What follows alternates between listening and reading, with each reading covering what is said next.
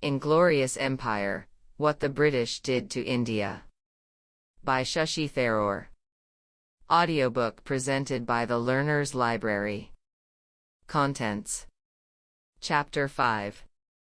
The Myth of Enlightened Despotism. Chapter 6. The Remaining Case for Empire. Chapter 5. The Myth of Enlightened Despotism. There has been a tendency on the part of many, including several Anglophile Indians, to see British colonial rule as essentially benign, a version of the Enlightened Despotism that characterized the Enlightenment of the 18th and 19th centuries. In this view, the British may have been imperialists who denied Indians democracy, but they ruled generously and wisely, for the greater good of their subjects. To paraphrase Emperor Joseph II of Austria, who famously said, "Everything for the people, nothing by the people," the British, in this reading, may not have let the Indians do anything, but they did everything for them. This view is either naive or self-serving. It is difficult to decide which. A few examples of how the British actually ruled in India are therefore worth examining, for they give the lie to this narrative. The most obvious example relates to the famines the British caused and mismanaged, to the system of forced emigration of Indians by transportation and indentured labor, and to the brutality with which dissent was suppressed. We shall examine each of these briefly.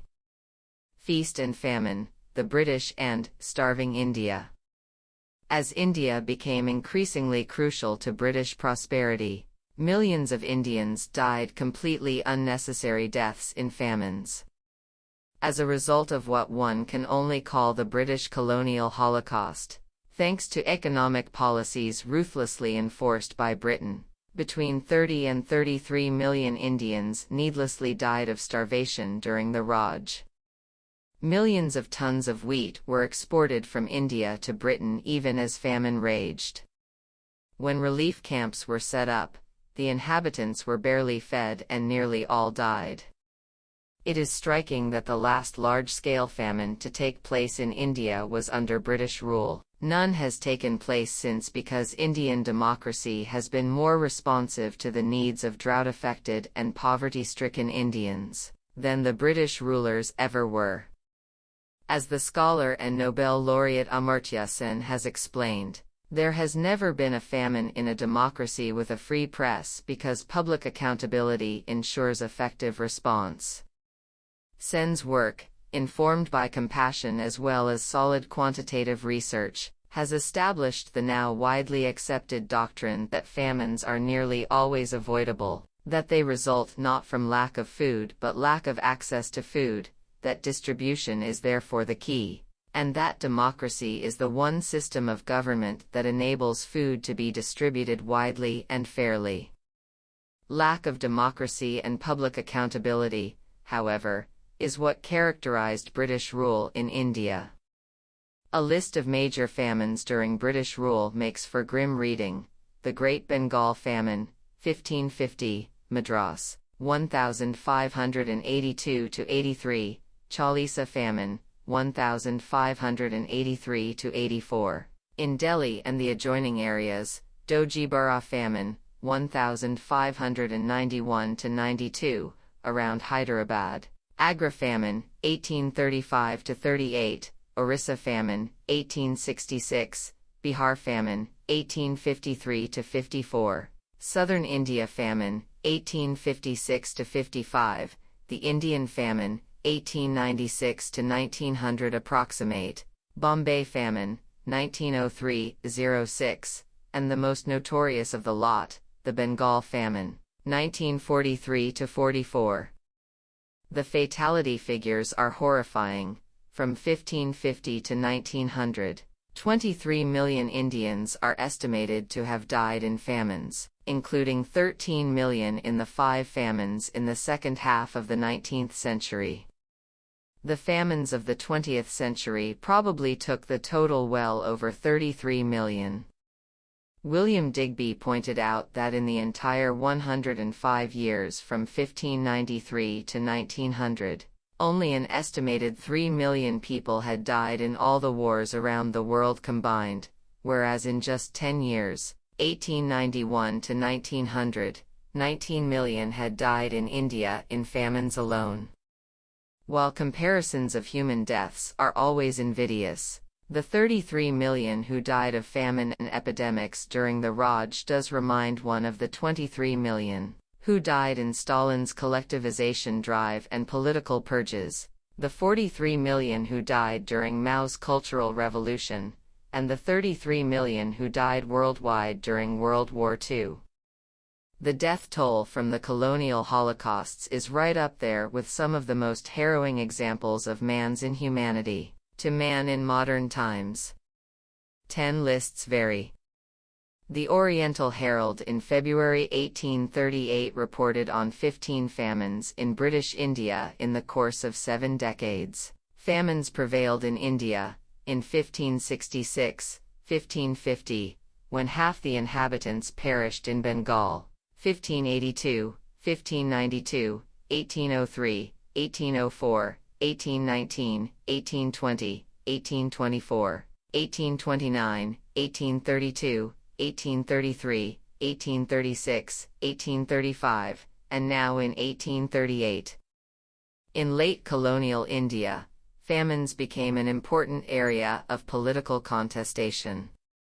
Their repeated occurrence, the failures of the British to fulfill their promises of good governance, and the resultant mass starvations provided a strong rallying point for Indian nationalist leaders. Dadabhai Naoroji began his research into the famous economic drain theory and un-British rule in India, after being moved by the horror of the Orissa deaths. He had hitherto been seen as an Anglophile and an admirer of British liberalism, but now he could no longer hide his disillusionment. Security of life and property we have better in these times, no doubt, Naoroji wrote. But the destruction of 1.5 million lives in one famine, the toll in Orissa in 1866, is a strange illustration of the worth of the life and property thus secured. The British tended to base their refusal to intervene in famines with adequate governmental measures on a combination of 3 sets of considerations: free trade principles, do not interfere with market forces, Malthusian doctrine, growth in population beyond the ability of the land to sustain it would inevitably lead to deaths, thereby restoring the correct level of population, and financial prudence, don't spend money we haven't budgeted for. On these grounds, Britain had not intervened to save lives in Ireland, or prevent emigration to America, during the famine there. In the mid-19th century, as Dinyar Patel points out, it was common economic wisdom that government intervention in famines was unnecessary and even harmful. The market would restore a proper balance. Any excess deaths, according to Malthusian principles, were nature's way of responding to overpopulation. Thus the governor of Bengal, Sir Cecil B. Don, who on a visit to the area had declared, "Such visitations of Providence as these no government can do much either to prevent or alleviate," when criticized for doing nothing to reduce food prices during the Orissa famine of 1866, declared that, "If I were to attempt to do this, I should consider myself no better than a dacoit or a thief." The governor was more concerned with fealty to the free market principles of Adam Smith, and the damage to his political reputation, were he seen to be intervening in the natural laws of economics, than the tragedy of the deaths of people in Orissa. This did, it must be said, trouble some Englishmen of conscience. The Marquess of Salisbury, Secretary of State for India during the Orissa famine of 1866, is said to have reproached himself daily for his failure to act for 2 months after he had been informed of the onset of the crisis. His inaction was blamed for 1 million famine-related deaths. British administrators largely acknowledged, from at least the 1860s, That the frequent famines were not the result of food shortages per se, but the inability of people to purchase food or, in a scholar's words, complex economic crises induced by the market impacts of drought and crop failure. The reasons for that inability, however, went well beyond those the British liked to cite, and inculpated the colonial rulers themselves. During the very 1866 Orissa famine that would so disturb Salisbury's sleep, while 1.5 million people starved to death, the British insouciantly exported 200 million pounds of rice to Britain. On the one hand, the persistence of famines contributed to the British narrative too, since they could be cited to make the argument that Indians needed British oversight and supervision, that, indeed, the Indians would all be dying of starvation were it not for the benevolence of British rule. On the other, the British, in their official reports and reviews of famine, took care to blame everything but themselves: the burgeoning population, declining rice production, the role of climate and other uncontrollable factors, lack of transportation, even indigenous culture. All these elements were emphasized as causes that thwarted the noble attempts by good British administrators to prevent food shortages, with very little consideration given to the role that colonial policies and practices played in shaping the events that led to those shortages, destroying the purchasing power of the Indian peasantry and failing to mitigate the ravages of the climate. This was not merely a 19th-century phenomenon, but characterized British colonial policy throughout. As late as 1943, the last paragraph of the official report into the Bengal famine provides an interesting example of this. We have criticized the government of Bengal for their failure to control the famine. It is the responsibility of the government to lead the people and take effective steps to prevent avoidable catastrophe. But the public in Bengal, or at least certain sections of it, have also their share of blame. We have referred to the atmosphere of fear and greed which, in the absence of control, was one of the causes of the rapid rise in the price level. Enormous profits were made out of the calamity, and in the circumstances, profits for some meant death for others. A large part of the community lived in plenty while others starved, and there was much indifference in the face of suffering. Corruption was widespread throughout the province and in many classes of society. Society, together with its organs, failed to protect its weaker members. Indeed, there was a moral and social breakdown, as well as an administrative breakdown. As against this self-exculpation, when you blame a tragedy on everybody, you blame it on nobody, there lies the uncompromising denunciation of a Will Durant. Behind all these, as the fundamental source of the terrible famines in India, lies such merciless exploitation, such unbalanced exportation of goods, and such brutal collection of high taxes in the very midst of famine, that the starving peasants cannot pay what is asked for. American charity has often paid for the relief of famine in India while the government was collecting taxes from the dying. Romesh Chunder Dutt argued accurately that there has never been a single year when the food supply of the country was insufficient for the people. Durant quotes an American theologian, Dr. Charles Hall, as echoing this view and adding, "The Indian starves, so that India's annual revenue may not be diminished by $1. 80% of the whole population has been thrown back upon the soil because England's discriminating duties have ruined practically every branch of native manufacture. We send shiploads of grain to India, but there is plenty of grain in India. The trouble is that the people have been ground down till they are too poor to buy it." Before the British came, Indian rulers had supported the people in times of food scarcity by policies of tax relief, fixing grain prices, and banning food exports from famine-affected regions. There was also a strong tradition of personal charity, especially during periods of scarcity. In tough times, wealthier Indians, including landowners and merchants, often took on the responsibility of helping the poor by offering them work, giving them food, or even subsidizing the cost of grain by selling it below market prices.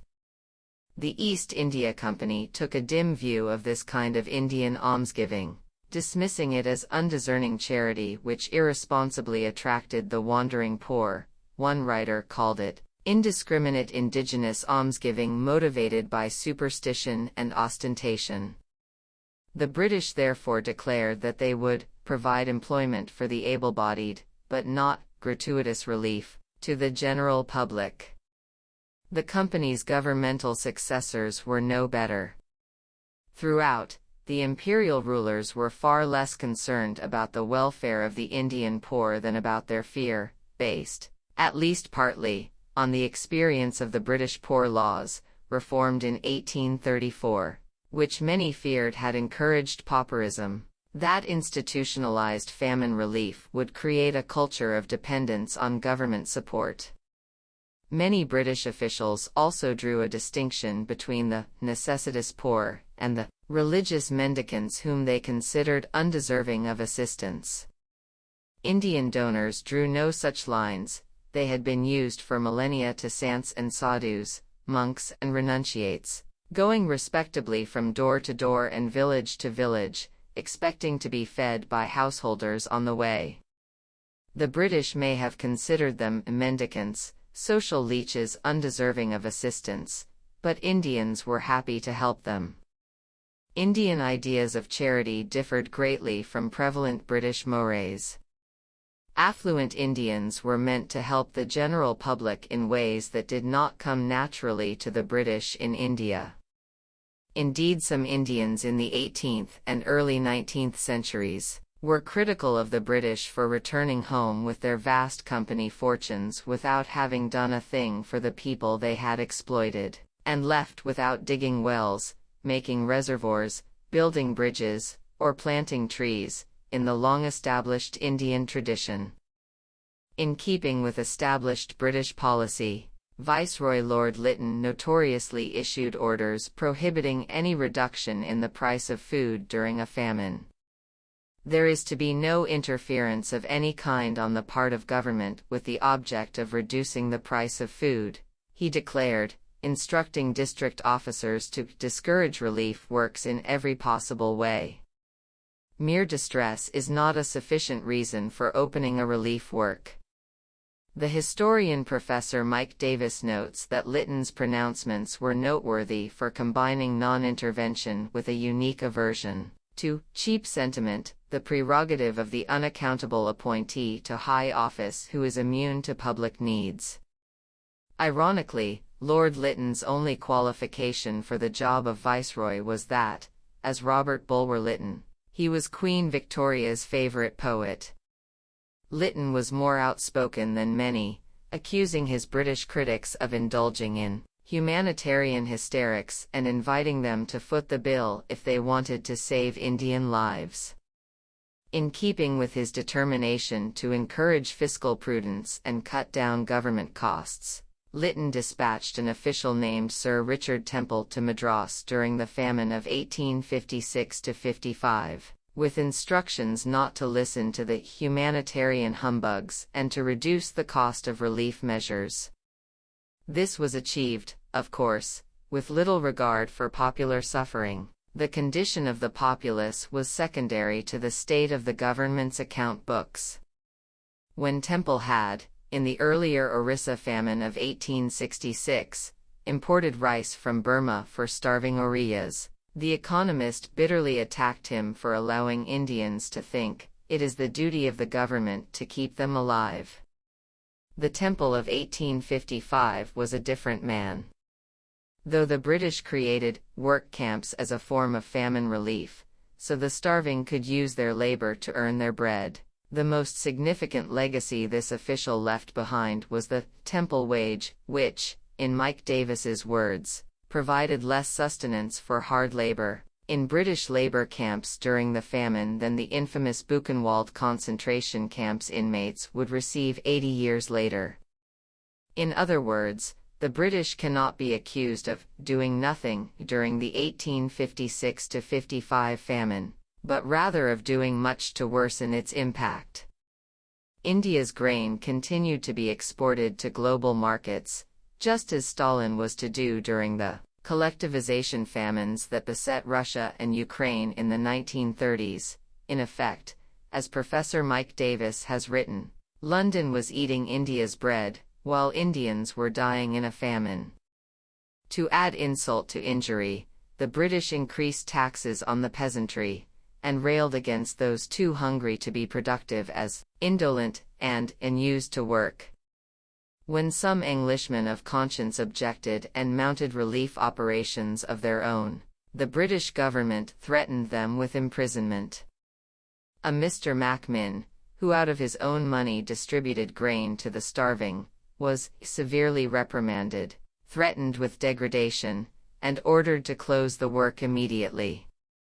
One first-hand witness, Lieutenant Colonel Ronald Osborne, has written movingly of the horror in 1855. Scores of corpses were tumbled into old wells because the deaths were too numerous for the miserable relatives to perform the usual funeral rites.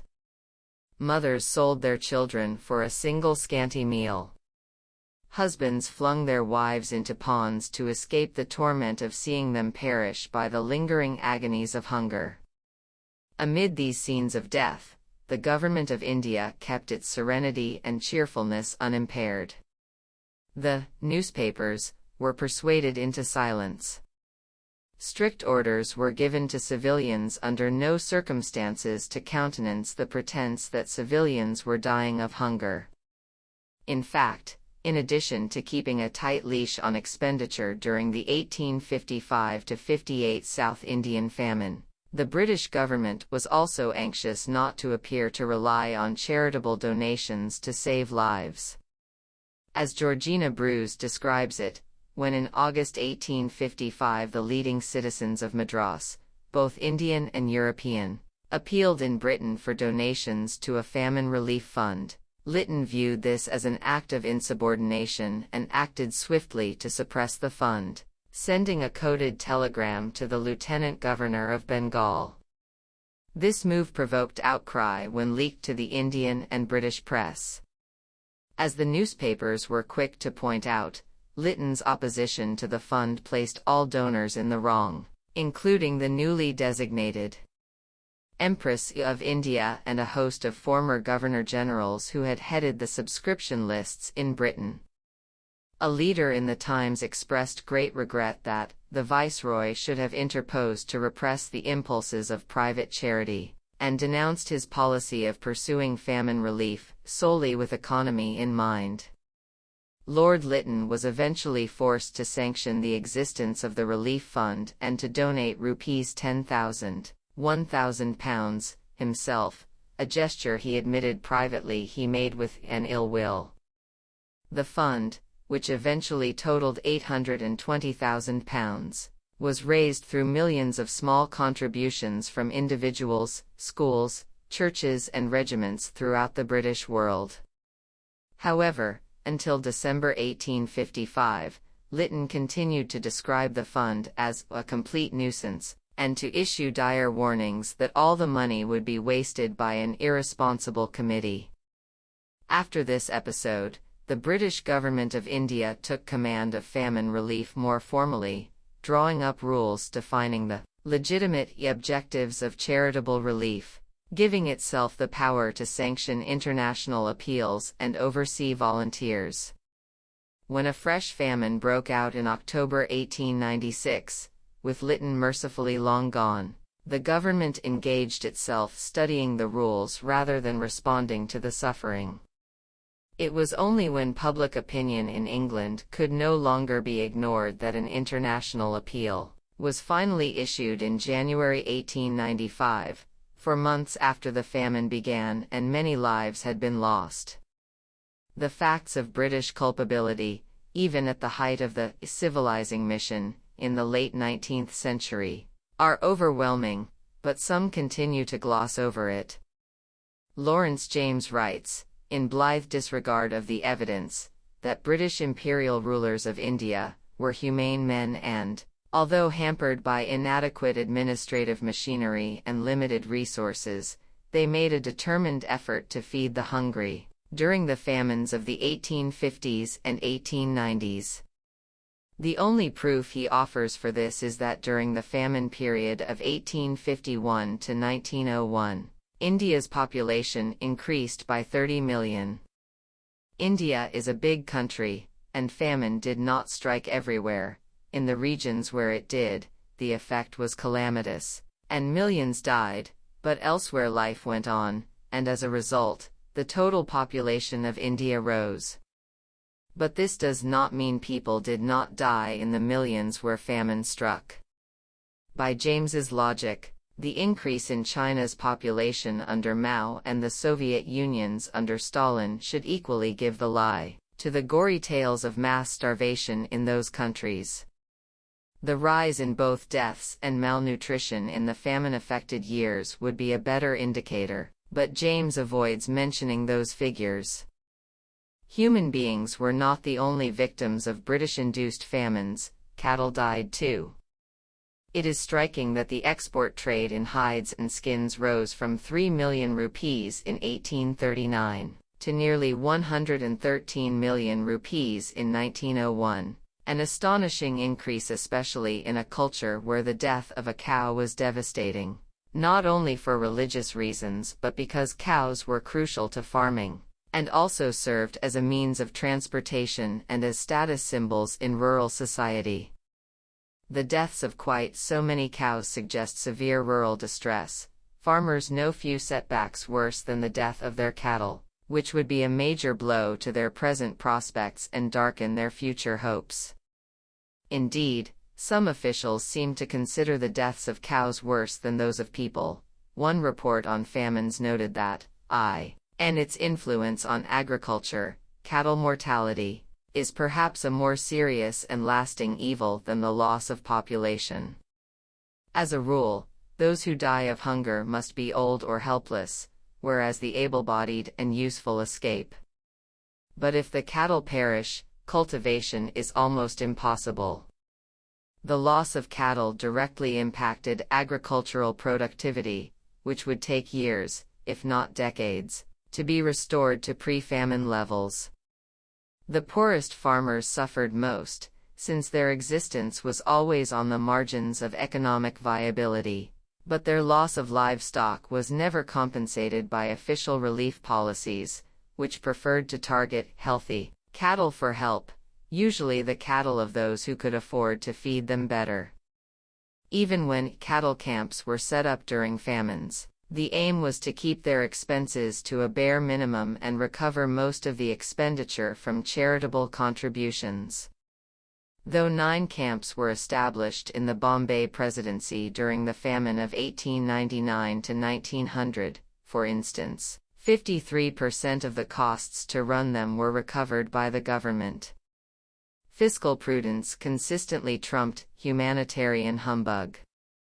Indians proved more generous whenever they were not themselves laid low by famine, and native charity was often available to rescue cattle, including often aid from the village zamindar, who felt a social obligation to provide whatever relief he could to save his people and their cows.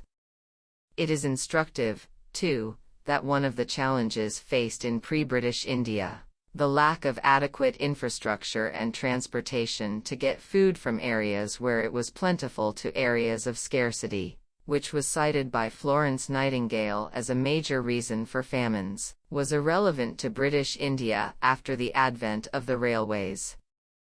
And yet the worst famines of the 19th century occurred after thousands of miles of railway lines had been built. There could be no more searing proof that the responsibility for famines lay with the authorities and their policies.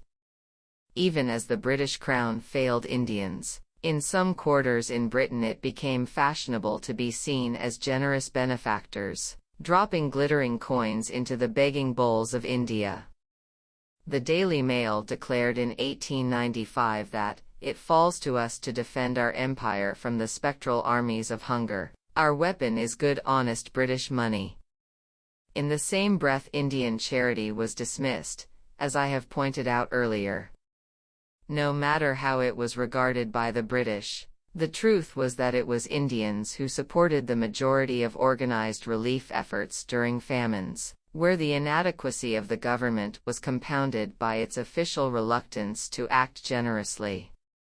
The Indian diaspora contributed large sums to the funds raised in British colonies. Mahatma Gandhi, for instance, organized collections in South Africa for Indian famines in 1895 and 1900. Various Indian relief organizations arose to fill the breach left by the inattentive or unsupportive British government in India. Kitchens, orphanages, inexpensive grain shops for the poor, and poorhouses were constructed by Indian donors during the famines.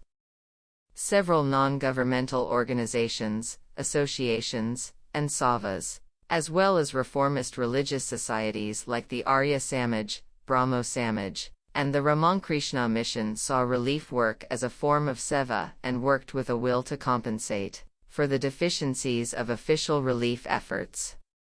Aside from indifference to the human victims of suffering, famine relief in India brought out another negative feature of the colonial regime: its unwillingness to acknowledge its own limitations and its ability to disguise mismanagement as wise policy. The British tended to dress up their inaction and the feebleness of their relief measures by a great show of statistical precision, as if to confirm that with the numbers at their fingertips, they had matters well in hand. One such example of what a scholar calls numerical rhetoric as a tool in debates on famine could be discerned in a statement by Leopold Amery, the then Secretary of State for India, to the members of the House of Commons in 1943 about the Bengal famine, which by the time the good Lord Amery spoke had taken close to 3 million lives. Amery compared the significant rise in India's population with the general downturn in the food production rates. In the past 12 years, the population of India had increased by about 60 million. And it had been estimated that the annual production of rice per head in Bengal had fallen from 384 pounds to 283 pounds in the last 30 years. The British were doing their best but could not stave off a Malthusian catastrophe. Amery frequently resorted to numbers at the Commons, once in December giving figures for hospital admissions and deaths, carefully adding the caveat that some deaths may not have been due to starvation. There was, all too often, an inverse correlation between the precision of the numbers provided by the government and the effectiveness of the relief measures it was supposedly undertaking. As we have seen, by the time it ended, nearly 4 million Bengalis starved to death in the 1943 famine. Nothing can excuse the odious behavior of Winston Churchill, who deliberately ordered the diversion of food from starving Indian civilians to well-supplied British soldiers, and even to top up European stockpiles in Greece and elsewhere. The starvation of anyway underfed Bengalis is less serious than that of sturdy Greeks, he argued. Grain for the Tommies, bread for home consumption in Britain, 25 million tons of imported grains, a wildly excessive amount, and generous buffer stocks in Europe, for yet-to-be-liberated Greeks and Yugoslavs, were Churchill's priorities, not the life or death of his Indian subjects. When reminded of the suffering of his victims, his response was typically Churchillian: the famine was their own fault, he said, for breeding like rabbits. When officers of conscience pointed out in a telegram to the Prime Minister the scale of the tragedy caused by his decisions, Churchill's only reaction was to ask peevishly, "Why hasn't Gandhi died yet?" As Madhusri Mukherjee's richly documented account of the Bengal famine demonstrates, India's own surplus food grains were exported to Ceylon. Australian wheat was sent sailing past Indian cities, where the bodies of those who had died of starvation littered the streets, to storage depots in the Mediterranean and the Balkans, to create stockpiles that could ease the pressure on post-war Britain, and offers of American and Canadian food aid were turned down. The colony was not permitted to spend its own sterling reserves, or indeed use its own ships, to import food. Even the laws of supply and demand couldn't help to ensure supplies for its troops elsewhere. The British government paid inflated prices for grain in the Indian open market, thereby making it unaffordable for ordinary Indians. From the behavior of British officials and ministers during the Bengal famine, a picture emerges that strips away the last shred of moral justification for the empire. The way in which Britain's wartime financial arrangements and Indian supplies to the war effort laid the ground for famine. The exchanges between Secretary of State Amory and the bumptious Churchill, whose love of war trumped such dreary matters as colonial economics, the amoral racism of Churchill's reprehensible aide, Paymaster General Lord Cherwell, who denied India famine relief and recommended most of the logistical decisions that were to cost so many lives. All these are the culmination of 2 centuries of colonial cruelty. The only difference is that the evidence for British callousness and racism in 1943 is far better documented than for the dozen grotesque famines that preceded it. I have dwelt at length on famines because they offer such an outstanding example of British colonial malfeasance. One could have cited epidemic disease as well, which constantly laid Indians low under British rule while the authorities stood helplessly by. To take just the first 4 years of the 20th century, as Durant did, 252,000 died of plague in 1901, 300,000 in 1902, 800,000 in 1903, and 1 million in 1904, the death toll rising every year. During the Spanish influenza epidemic of 1918, 123 million cases of flu were recorded, more than a third of the population, and India's fatality rate was higher than any Western country's. 12.3 million people died. As the American statesman and 3-time Democratic presidential candidate, William Jennings Bryan pointed out, many Britons were referring to the deaths caused by plague as a providential remedy for overpopulation. It was ironic, said Bryan, that British rule was sought to be justified on the grounds that it keeps the people from killing each other, and the plague praised because it removes those whom the government has saved from slaughter. Arguably, epidemics existed before colonialism as well, and cannot be said to have been caused or worsened by colonial policy, so they are not comparable, for the purposes of my argument, with famines. But their persistence, and the tragically high human toll they exacted, remain a severe indictment of the indifference to Indian suffering of those who ran the British Raj. This is all the more true because marked improvements in public health are often cited by defenders of British rule in India. There is not a great deal of evidence for this claim, which rests largely on the introduction of quinine as an anti-malarial drug, though its principal use was in the tonics with which the British in jungle outposts drowned and justified their gin.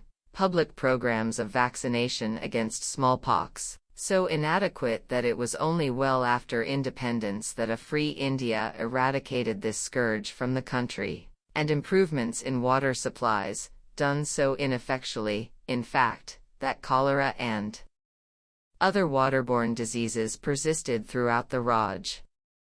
It is also telling that there were no great hospitals established by the Raj anywhere in the country. Strikingly, every one of the major modern medical establishments of British India was established by the generosity of Indian benefactors, even if, for understandable reasons, these Indian donors often named their hospitals after British colonial grandees. Forced migration, transportation and indentured labor in the British Empire. Transportation to penal colonies became a preferred method of dealing with overcrowded prisons in England, as well as ensuring the supply of manpower to the underpopulated colonies. The flow of convict labor, run by the government, was soon integrated with the privately controlled trade in indentured laborers to the Caribbean and the American colonies. This policy was also applied to India. From 1585, Indian convicts were transported, initially to the penal colonies in Southeast Asia, particularly Bencoolen in Sumatra, 1585 to 1823, when the British and the Dutch swapped Bencoolen for Malacca to consolidate their holds on Malaysia and Indonesia respectively. Penang, otherwise known as Prince of Wales Island, 1590 to 1860, Mauritius, 1813 to 1833, Malacca and Singapore, 1823 to 1860, and the Burmese provinces of Arakan and Tenasserim, 1828 to 1862. Since they were largely put to work in infrastructure building projects, Indian convicts were in great demand, especially in Singapore, the fastest growing of the Straits settlements. In the East India Company's heyday, they were called the Botany Bays of India. Indian convict labor, put to work as low-cost workers in all public projects, was vital to Penang's successful colonization. Between 1832 and 1834, when labor costs in the region rose by an estimated 30%, the company's government in the Straits settlements relied almost entirely on Indian convict labor for the construction of public works. Between 1823 to 1852, Indian convicts made up the bulk of the labor force for all public works projects in Singapore. Indian convicts, and the term embraces many charged with petty crimes, from theft to indebtedness, were also transported to Mauritius once the British had taken the island from the French in the Napoleonic Wars, though their initial introduction in 1829 was not a success. The plantation economy of Mauritius largely ran on slavery, but the labor crisis that followed the abolition of slavery led to a demand for workers from India, and the British started shipping them anew in 1834. By 1838, 23,000 Indians had arrived. A brief ban, brought about by the anti-slavery campaigners, stopped Indian emigration from 1839 to 1842, but this was overturned, and in 1843 officials reported that 30,218 male and 4,305 female indentured immigrants entered Mauritius. The females were considered essential to encourage laborers to remain after the period of their indentured servitude. By 1868, regulations had increased the share of female migrants to a minimum of 40 women for every 100 men. Some 300,000 laborers from India were transferred to Mauritius under the contract system for indentured labor. Many were convicts, but others came voluntarily, though their willingness was sometimes obtained by coercion. In the words of one scholar, whether labor were predominantly enslaved, apprenticed, or indentured, incarceration was part of a broader process through which the regulation of the colonial workforce was taken from the private to the public sphere. An attempt was also made to start a penal colony closer to the Indian mainland in the Andaman Islands, but the first attempt was not successful, and 500 convicts were transferred in 1596 from the penal settlement of the Andamans to Penang. Once the Straits settlements were separated from British India in the 1860s, however, the British had no choice, if they wished to continue to transport Indian offenders, but to redevelop the penal settlement, which they did after 1838. The Andamans soon became the preferred destination for Indians the British deemed to be political troublemakers. Besides the Straits settlements and Mauritius, destitute Indians were also shipped as indentured labor to other British colonies around the world, from Guyana and the Caribbean islands to South Africa and Fiji in the Pacific. Some 1.9 to 3.3 million Indians, the numbers vary in different sources, depending on who is counted, moved halfway across the globe, most involuntarily, under the colonial project. They played their roles as cogs in the wheels of the imperial machinery, toiling on sugar plantations, building roads and buildings, clearing jungle. Many suffered horribly on harrowing journeys, and some perished en route, others endured terrible privations. Recent work by Professor Claire Anderson has established the extent of the horrors, in just 1 year, 1836 to 35, and on one route, Kolkata to Trinidad, the percentage of deaths of indentured labor on the transport ships reached appalling levels: 12.3% of all males, 18.3% of the females, 28% of the boys, and 36% of the girls perished, as did a tragic 33% of all infants. To make an admittedly invidious comparison, the deaths of slaves on the notorious Middle Passage were estimated at around 12.3%. To be an indentured Indian laborer transported to the Caribbean on British ships was to enter a life-and-death lottery, in which your chances of survival were significantly worse than those of a shackled African slave. The cultural result of this tragic experience, though, was the creation of a common sorrow-filled bond between slavery-induced and indentured labor. The Brotherhood of the Boat became the subject of poetry, shared folklore, and, above all, music that persists to this day. All those thus transported were cut off from any hope of return to India or contact with the families they had left behind at home. Though many of the indentured laborers had the right to demand passage home after 5 years bonded labor, this was largely theoretical, and few, if any, were allowed to exercise such a right. Clever tweaks in the regulations, such as the right being forfeit if not claimed within 6 months after the expiry of the original contract, or a stiff and unaffordable fare being charged for the journey, discouraged many as well. Some, a tiny minority of Indian transportes, are said to have successfully returned, but the only case I am aware of is a handful of survivors who returned to India from a shipload of unfortunates, transported to the Caribbean island of St. Croix in 1868, a majority of whom perished on board. In the period 1319 to 1939, an estimated 3,300,000 people, whom scholars delicately dub unfree migrants, were carried on British ships, of whom approximately 38% were slaves, mainly from Africa, 36% were indentured labor, mainly from India, and 6% were transported convicts, both from India and other colonies.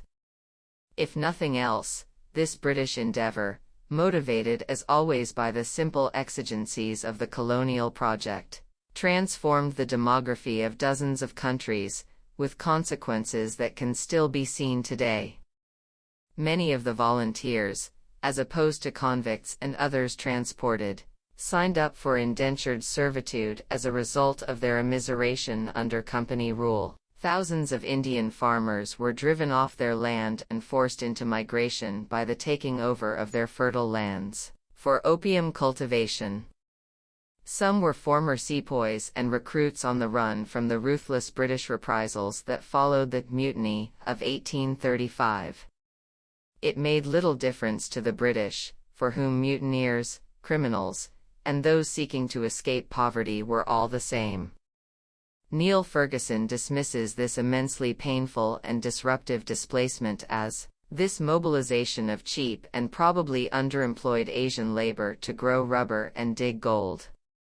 Perhaps a more humane view comes from the Indian novelist Amitabh Ghosh, who has written that the migration of peasants from the Gangetic Plains was as if fate had thrust its fist through the living flesh of the land in order to tear away a piece of its stricken heart.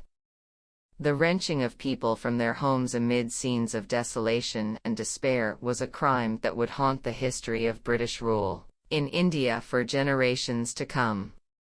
The brutish Raj British imperialism had long justified itself with the pretense that it was enlightened despotism, conducted for the benefit of the governed.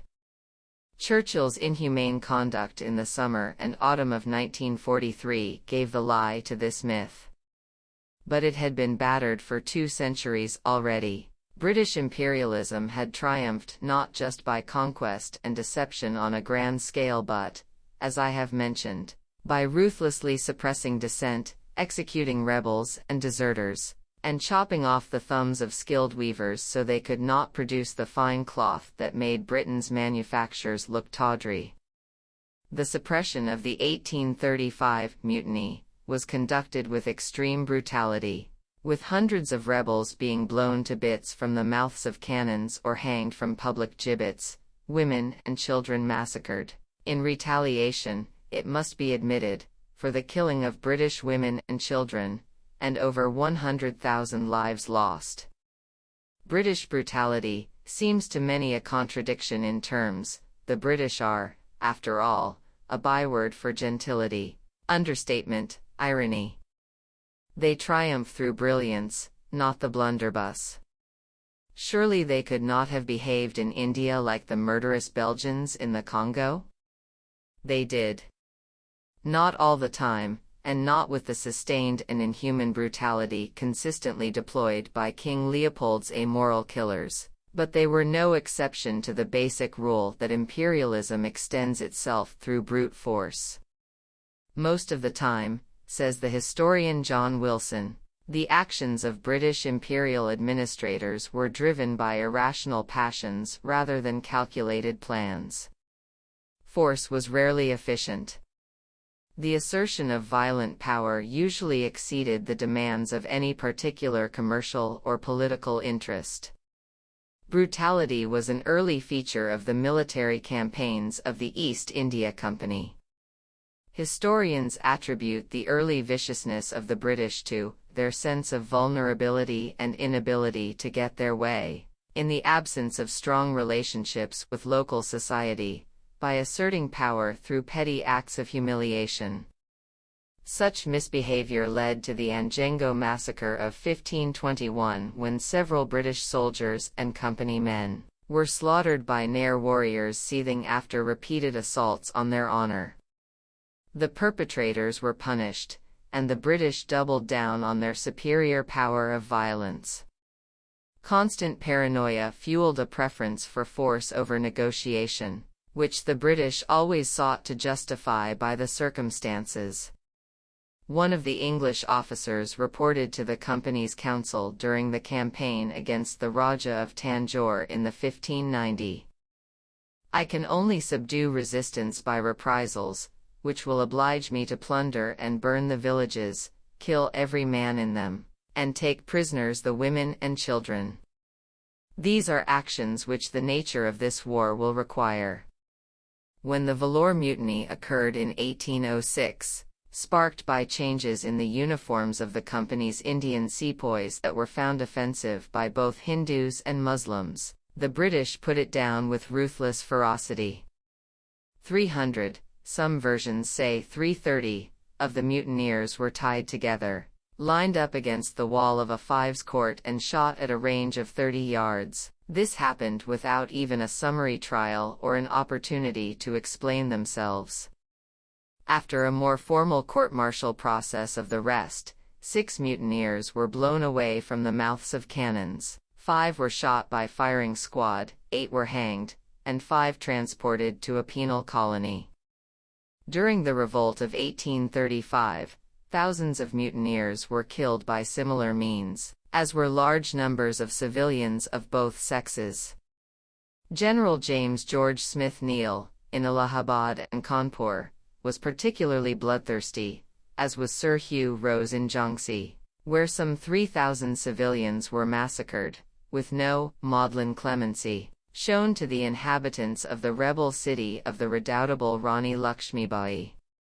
When Delhi was retaken, the savagery was pitiless. In one neighborhood alone, Kucha Chalan, some 1,400 unarmed citizens were massacred. "The orders went out to shoot every soul," recorded one young officer. It was literally murder. So many civilians were killed that an eyewitness reported dead bodies in every street, rotting in the burning sun. Refugees sheltering in mosques were plucked out and executed. Mass hangings were the norm. Delhi, the Mughal capital, a rich and bustling city of 500,000 inhabitants, was left a desolate ruin. Casual murder was hardly unknown as the British killed Indians with impunity. Dennis Judd recounts an incident in which a British soldier overheard two Indians sitting on a cart discussing Kanpur, the site of one of the more brutal battles of the 1835 revolt.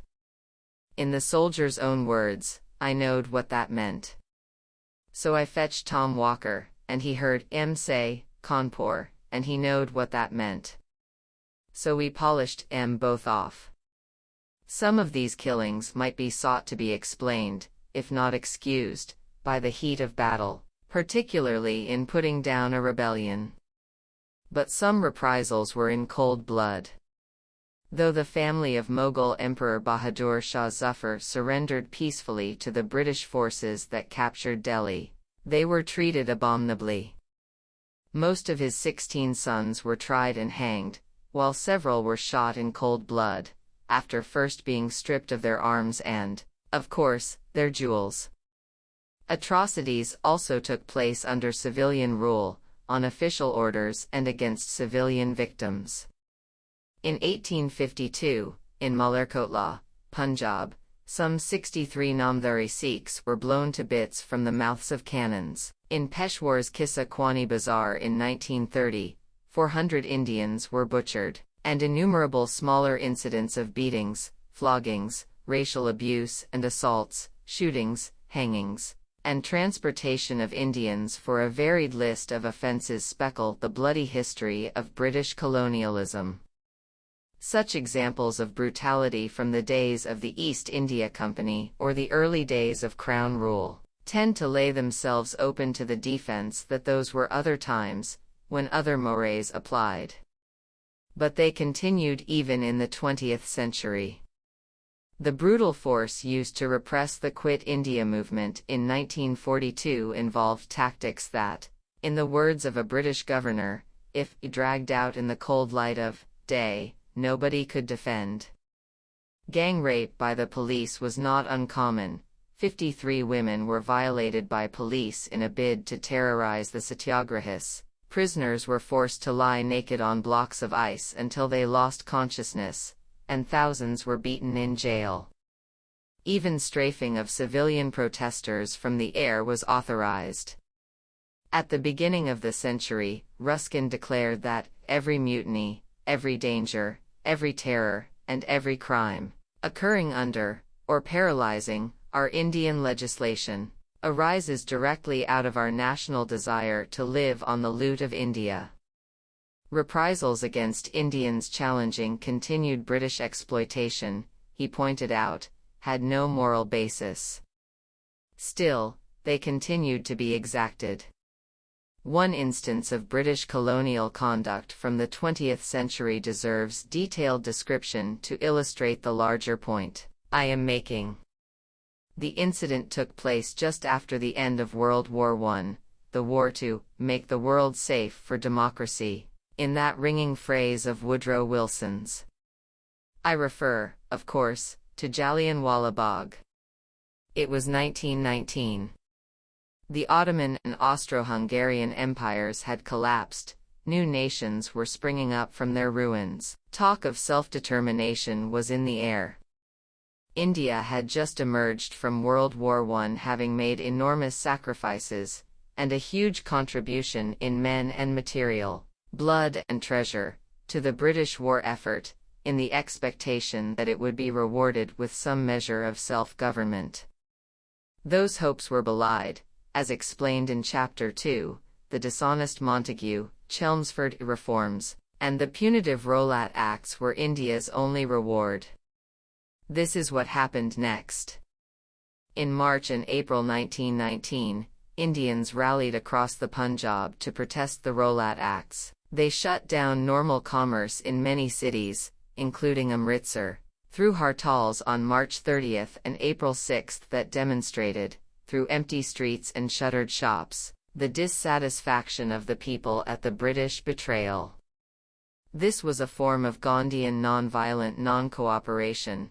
No violence or disorder was reported during the Hartals, strikes. But on April 9, with no provocation, the British government in the Punjab arrested two nationalist leaders, Dr. Saifuddin Kichlu and Dr. Satyapal, who had addressed the protest meetings. As news of the arrests spread, the people of Amritsar came out onto the streets and sought to push their way to police headquarters to protest the arrests. The police barred their way, some stones were thrown by agitated civilians, and the police retaliated by opening fire, killing 10 demonstrators. This inflamed the crowd, which reacted to the police killing by venting their fury on any visible symbol of the British Empire. In the riot that ensued, 5 Englishmen were killed and a woman missionary assaulted. However, she was rescued and carried to safety by Indians. The British promptly sent troops to Amritsar to restore order. By April 11, 600 soldiers arrived, followed the next day by their commander, Brigadier General Reginald Dyer. By then, the city was calm, and whatever demonstrations and protest meetings were occurring were entirely peaceable. Nonetheless, Dyer made several arrests to assert his authority, and on the 13th, he issued a proclamation that forbade people to leave the city without a pass, to organize demonstrations or processions, or even to gather in groups of more than 3. The city was seething under these restrictions, but there were no protests.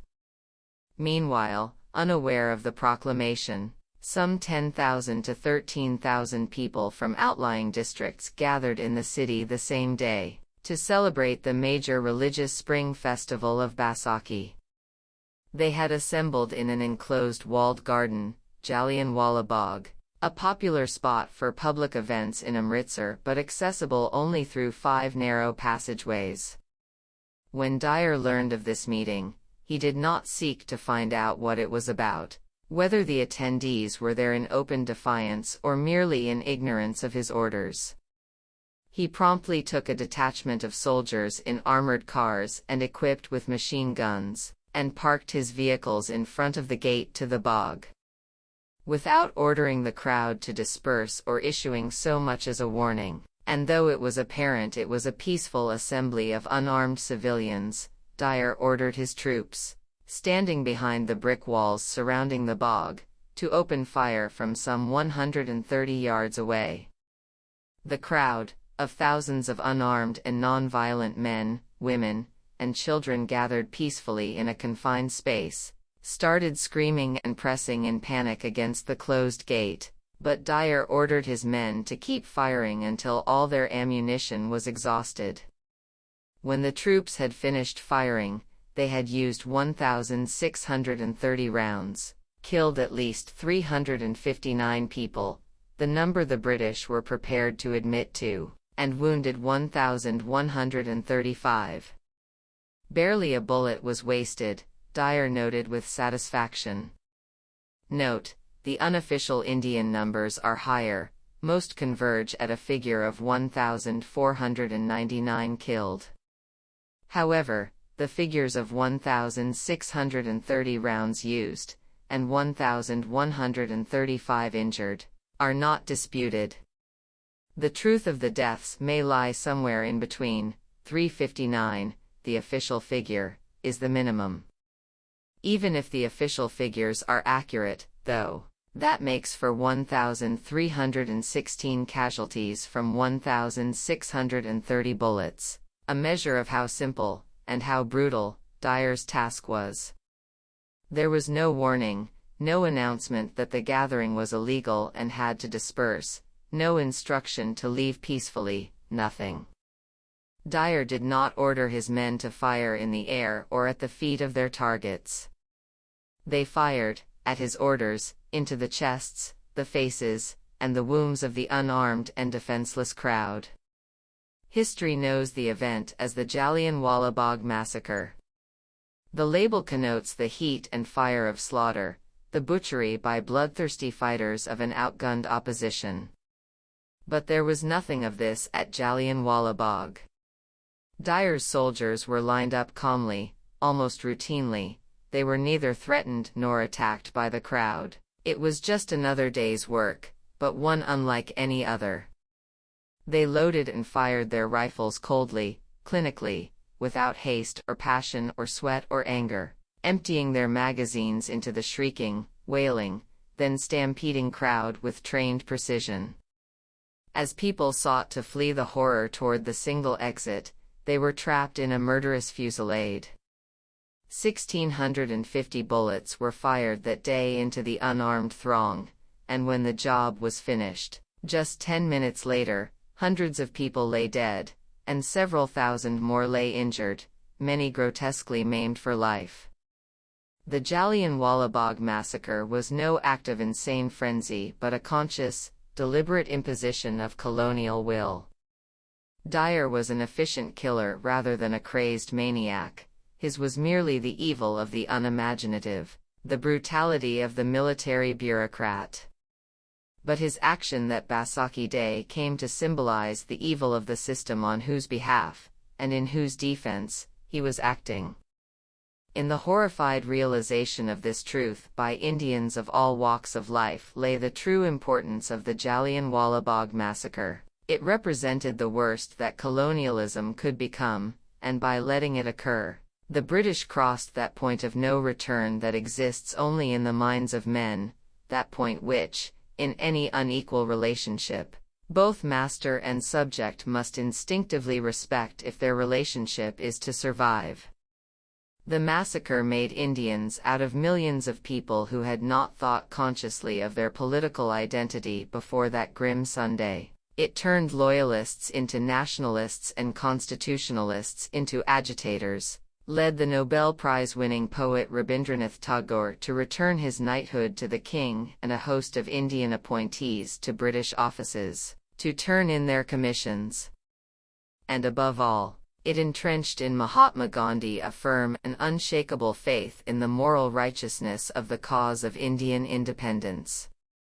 He now saw freedom as indivisible from truth, and he never wavered in his commitment to ridding India of an empire he saw as irremediably evil, even satanic. The historian A. J. P. Taylor calls the massacre the decisive moment when Indians were alienated from British rule. No other punishment, in the name of law and order, had similar casualties. The Peterloo massacre had claimed about 11 lives.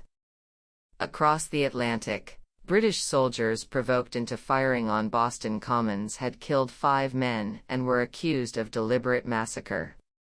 In response to the self-proclaimed Easter Rebellion of 1916 in Dublin, the British had executed 16 Irishmen.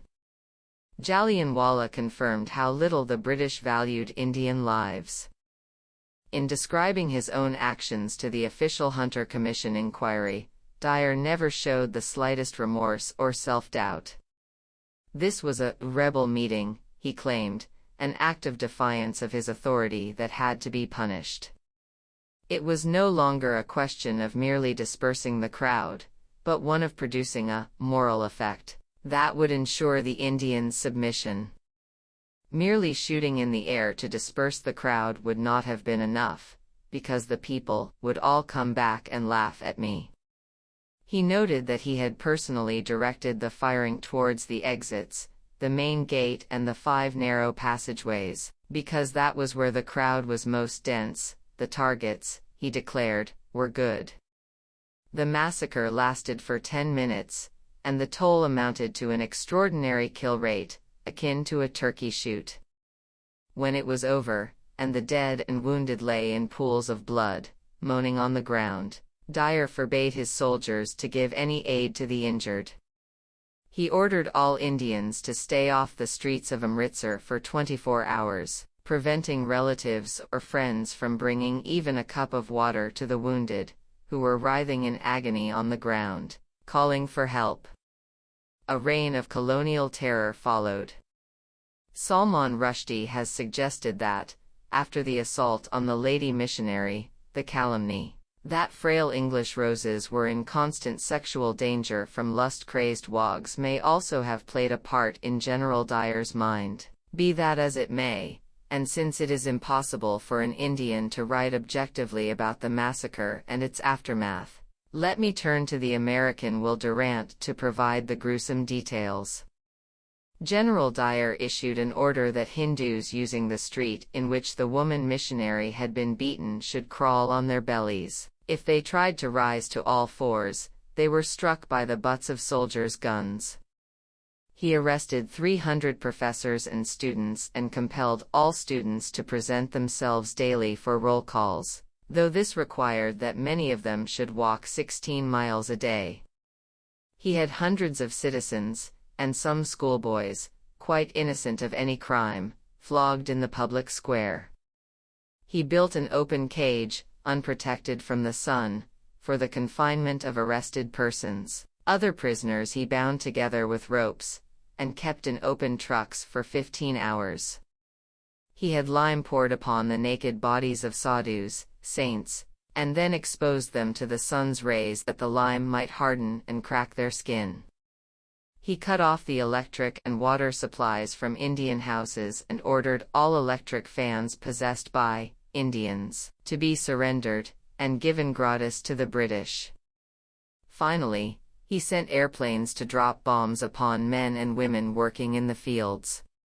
While the official commission of inquiry largely whitewashed Dyer's conduct, Motilal Nehru was appointed by the Congress to head a public inquiry into the atrocity, and he sent his son Jawaharlal to Amritsar to look into the facts. Jawaharlal Nehru's diary meticulously records his findings. At one point he counted 67 bullet marks on one part of a wall. He visited the lane where Indians had been ordered by the British to crawl on their bellies and pointed out in the press that the crawling had not even been on hands and knees but fully on the ground, in the manner of snakes and worms. On his return journey to Delhi by train, he found himself sharing a compartment with Dyer and a group of British military officers. Dyer boasted, in Nehru's own account, that he had the whole town at his mercy, and he had felt like reducing the rebellious city to a heap of ashes, but he took pity on it and refrained. I was greatly shocked to hear his conversation and to observe his callous manner.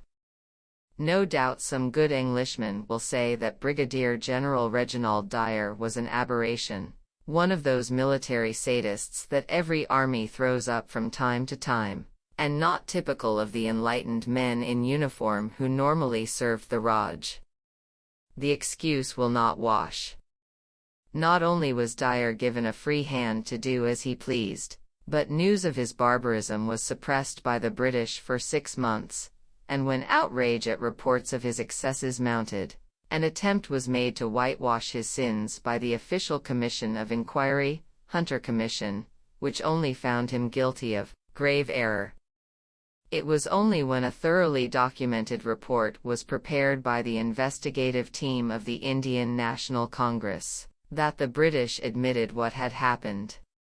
Dyer was relieved of his command and censured by the House of Commons but promptly exonerated by the House of Lords, and allowed to retire on a handsome pension.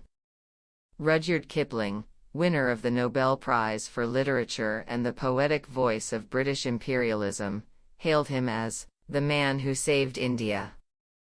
Even this did not strike his fellow Britons in India as adequate recompense for his glorious act of mass murder. They ran a public campaign for funds to honor his cruelty and collected the quite stupendous sum of £26,315 one's 10d, an astonishing sum for those days and worth over £250,000 today. It was presented to him together with a jeweled sword of honor.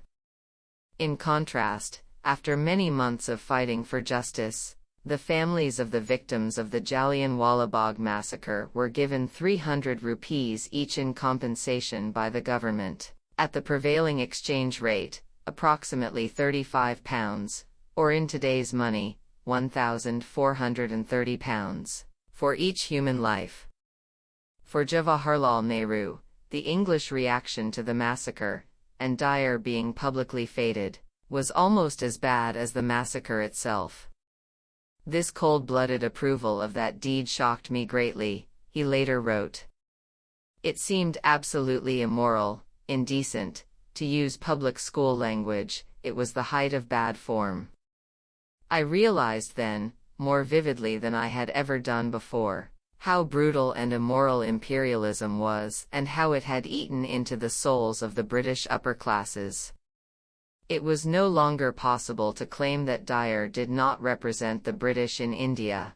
They had claimed him as one of their own, their savior.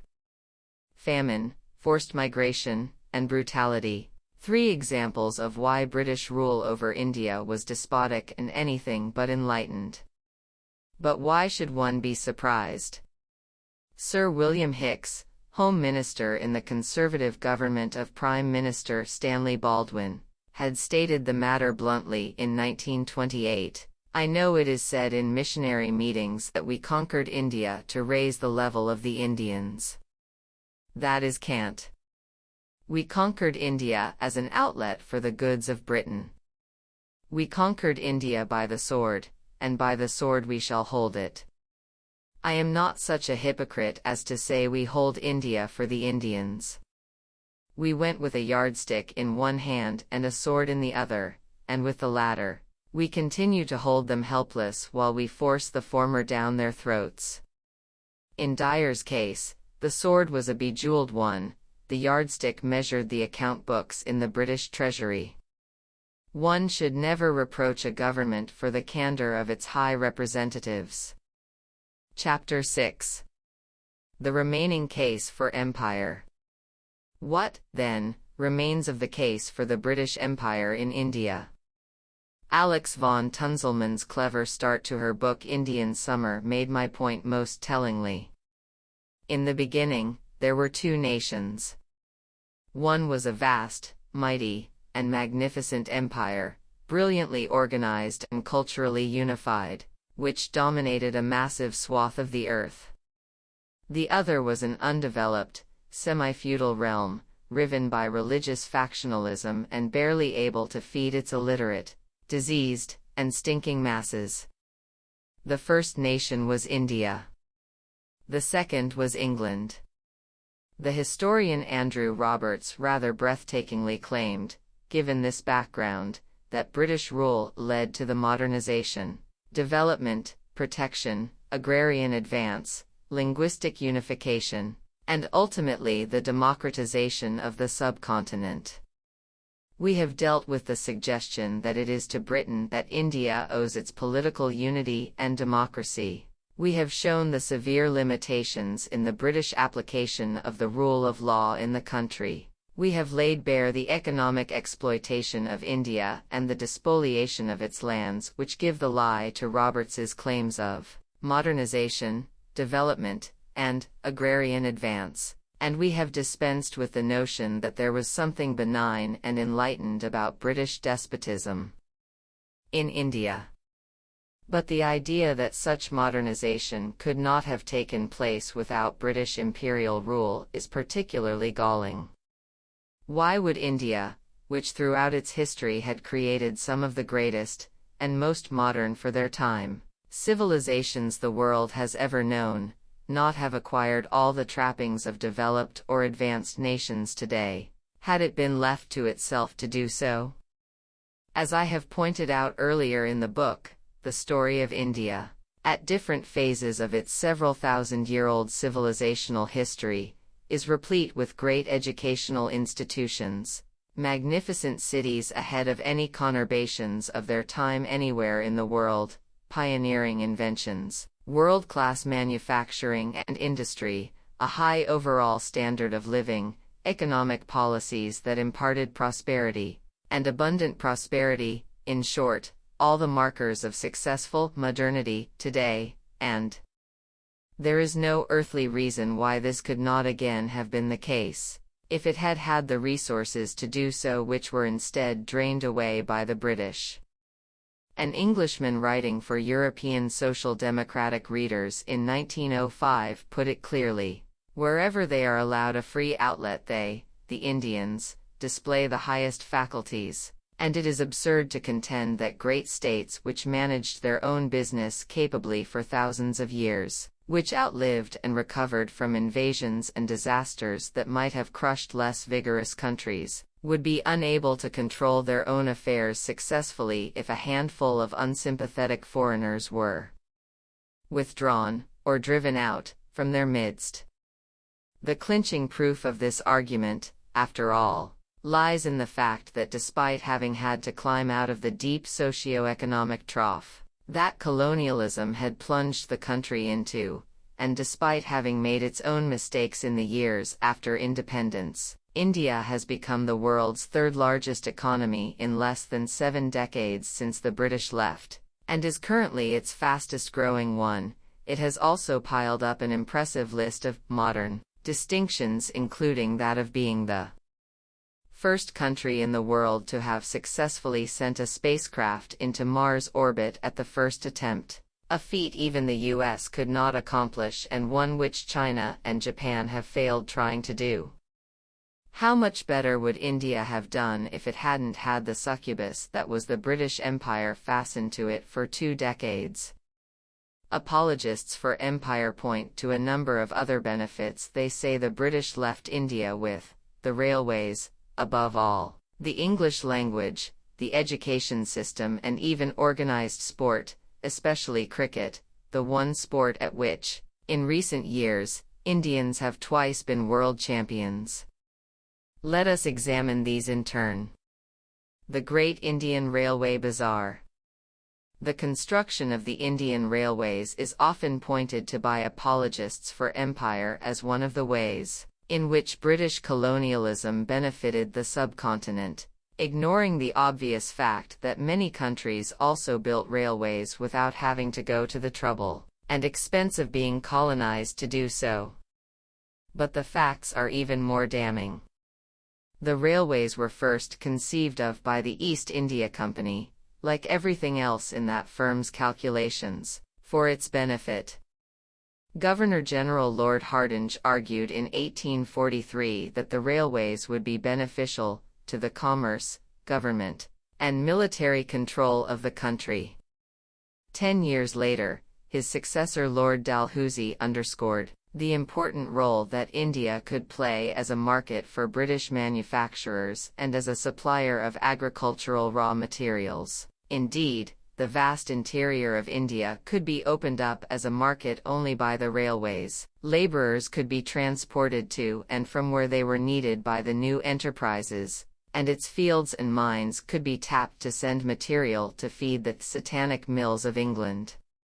In its very conception and construction, the Indian railway system was a big colonial scam. British shareholders made absurd amounts of money by investing in the railways, where the government guaranteed returns on capital of 3% net per year, unavailable in any other safe investment. That was an extravagantly high rate of return those days, possible only because the government made up the shortfall from its revenues, payments that, of course, came from Indian, and not British, taxes. These excessive guarantees removed any incentive for the private companies constructing the railways to economize. The higher their capital expenditure, the higher would be their guaranteed return at a high and secure rate of interest. As a result, each mile of Indian railway construction in the 1830s and 1860s cost an average of £18,000. As against the dollar equivalent of £2,000 at the same time in the United States. In the event, it was 20 years or more before the first lines earned more than 3% of their capital outlay. But even after the government had taken over railway construction in the 1880s, thanks to the rapacity of private British firms contracted for the task, a mile of Indian railway cost more than double the same distance in the equally difficult and less populated terrain of Canada and Australia. It was a splendid racket for everyone, apart from the Indian taxpayer. In terms of a secure return, Indian Railway shares offered twice as much as the British government's own stock. Guaranteed Indian Railway shares absorbed up to a fifth of British portfolio investment in the 20 years to 1850. The first line opened in 1833, but only 1% of it originated in India. Britons made the money, controlled the technology, and supplied all the equipment, which meant once again that the profits were repatriated. It was a scheme described at the time as private enterprise at public risk. All the losses were borne by the Indian people, all the gains pocketed by the British trader, even as he penetrated by rail deep into the Indian economy. The steel industry in England found a much-needed outlet for its overpriced products in India.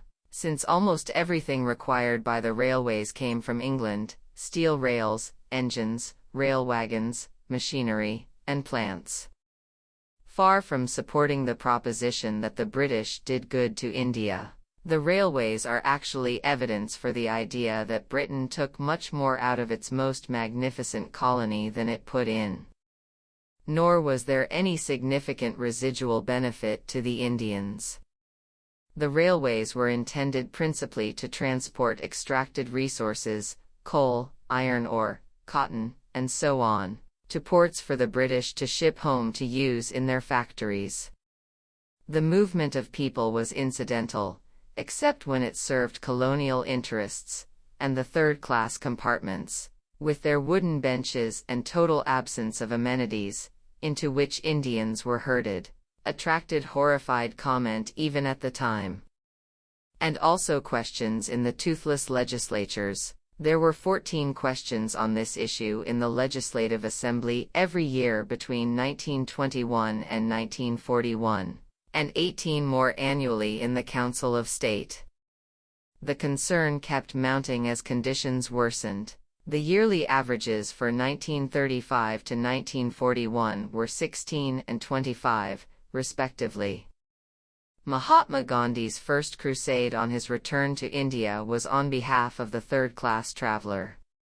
Yet the third-class passengers became a source of profit for the railways, since British merchants in India ensured that freight tariffs were kept low, the lowest in the world, in fact, while third-class passengers' fares were made the railway company's principal source of profit.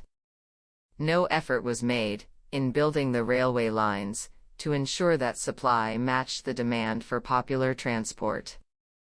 And, of course, racism reigned, though whites-only compartments were soon done away with on grounds of economic viability.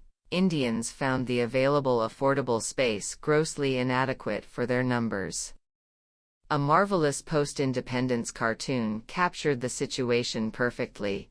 It showed an overcrowded train, with people hanging off it, clinging to the windows, squatting perilously on the roof, and spilling out of their third-class compartments, while two Britons in sola topis sit in an empty first-class compartment saying to each other, "My dear chap, there's nobody on this train." As Durant pointed out, the railways were built, after all, for the purposes of the British Army and British trade. Their greatest revenue comes, not, as in America, from the transport of goods, for the British trader controls the rates, but from third-class passengers, the Hindus. But these passengers are herded into almost barren coaches like animals bound for the slaughter, 20 or more to one compartment. Nor were Indians employed in the railways. The discriminatory hiring practices of the Indian railways meant that key industrial skills were not effectively transferred to Indian personnel, which might have proved a benefit. The prevailing view was that the railways would have to be staffed almost exclusively by Europeans to protect investments. This was especially true of signalmen, and those who operated and repaired the steam trains, but the policy was extended to the absurd level that even in the early 20th century all the key employees, from directors of the railway board to ticket collectors, were white men, whose salaries and benefits were also paid at European, not Indian, levels and largely repatriated back to England. Moreover, when the policy was relaxed and expensive European labor reduced, there was a continuing search for the most British-like workers. Thus came the long-lasting identification of the Anglo-Indian community with railway employment, since at first it was these Eurasians from military orphanages, the product of liaisons between British, other ranks and local Indian women, who were trained to do the jobs that only Europeans had been assumed to be capable of doing previously. In keeping with British notions of eugenics, and since the Anglo-Indians were not a very large community, Marshal, Sikhs and pale-skinned Parsis were then employed as well, although they were only put in charge of driving engines within station yards and employed in stations with infrequent traffic. British racial theories were in full flow on railway matters. It was believed that Indians did not have the judgment and presence of mind to deal with emergencies, and that they seldom have character enough to enforce strict obedience to railway rules.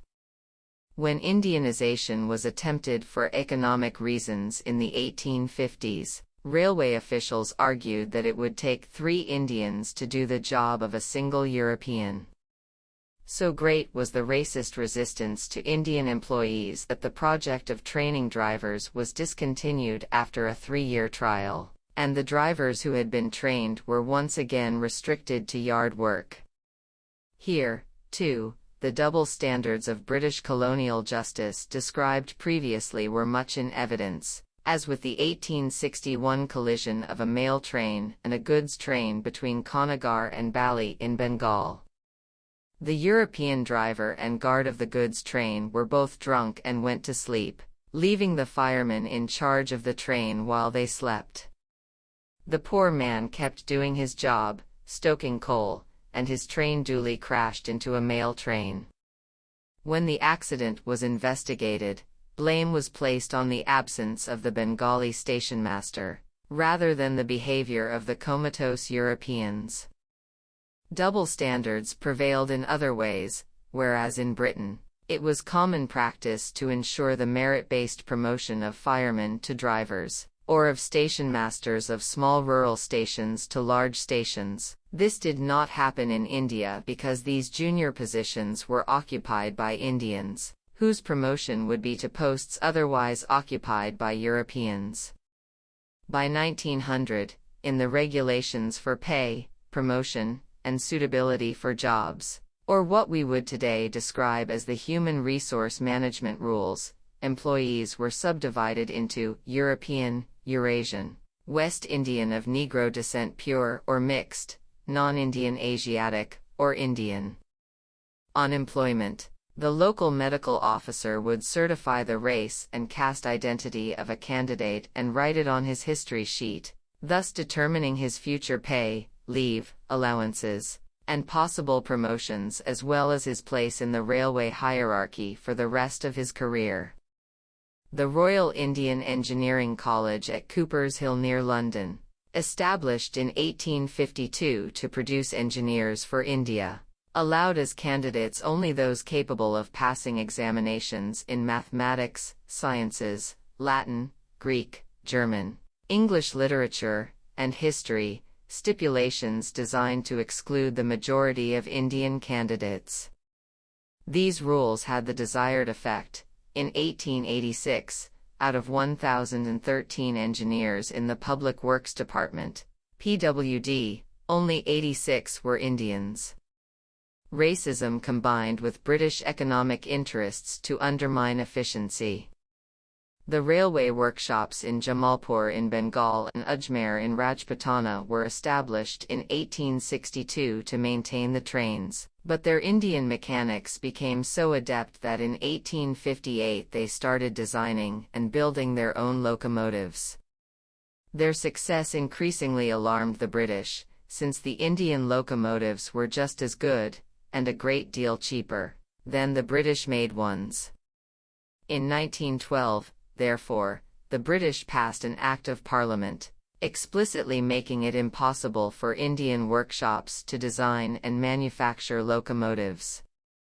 The act prohibited Indian factories from doing the work they had successfully done for 3 decades. Instead, they were only allowed to maintain locomotives imported from Britain and the industrialized world.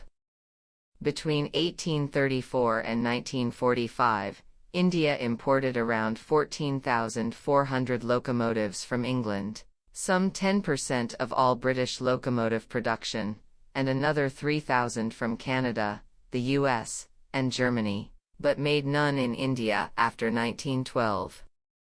After independence, 35 years later, the old technical knowledge was so completely lost to India that the Indian railways had to go cap in hand to the British to guide them on setting up a locomotive factory in India again. There was, however, a fitting postscript to this saga. The principal technology consultants for British Railways, the London-based Rendell Palmer and Tritton, today rely almost entirely on Indian technical expertise, provided to them by Rights, a subsidiary of the Indian Railways. This is far from being a retrospective critique from the comfortable perspective of a 21st-century commentator. On the contrary, 19th-century Indians were quite conscious at the time of the abominable role of the railways in the crass exploitation of their country. The Bengali newspaper Samakar wrote on April 30, 1884 that iron roads mean iron chains for India. Foreign goods could flow more easily, it argued, killing native Indian industry and increasing Indian poverty. Nationalist voices like those of G. V. Joshi, G. S. Iyer, Gopal Krishna Gokhale, and Dadabhai Naoroji were raised publicly in the 1890s, pointing out how limited were the benefits of the railways to India, how the profits all went to foreigners abroad, and how great was the burden on the Indian exchequer. The money that was being sent to England every year as interest, they pointed out unfailingly, could have been used for productive investments in Indian industry, in infrastructure work like irrigation, especially irrigation, which would help the Indian farmer, and which received only 1/9 of the government funding the railways did, or simply just spent in India to stimulate the local economy. Gokhale declared that the Indian people feel that railway construction is undertaken principally in the interests of the English commercial and moneyed classes, and that it assists in the further exploitation of our resources.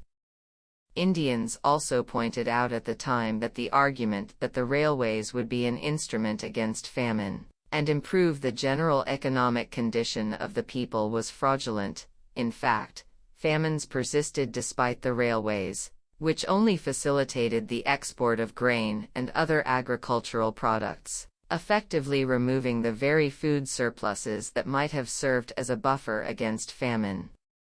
There were other critiques. Gandhi argued in Swaraj that the railways spread bubonic plague. The ecological impact of railway construction aroused concern even at the time. In building the Sarasirajanj line in the Bengal Delta, massive earthworks were put in place to block waterways, in order to reduce the outlay on bridges and the effect of damp. In doing so, very large arable areas to the northwest were waterlogged, ruining their agricultural potential.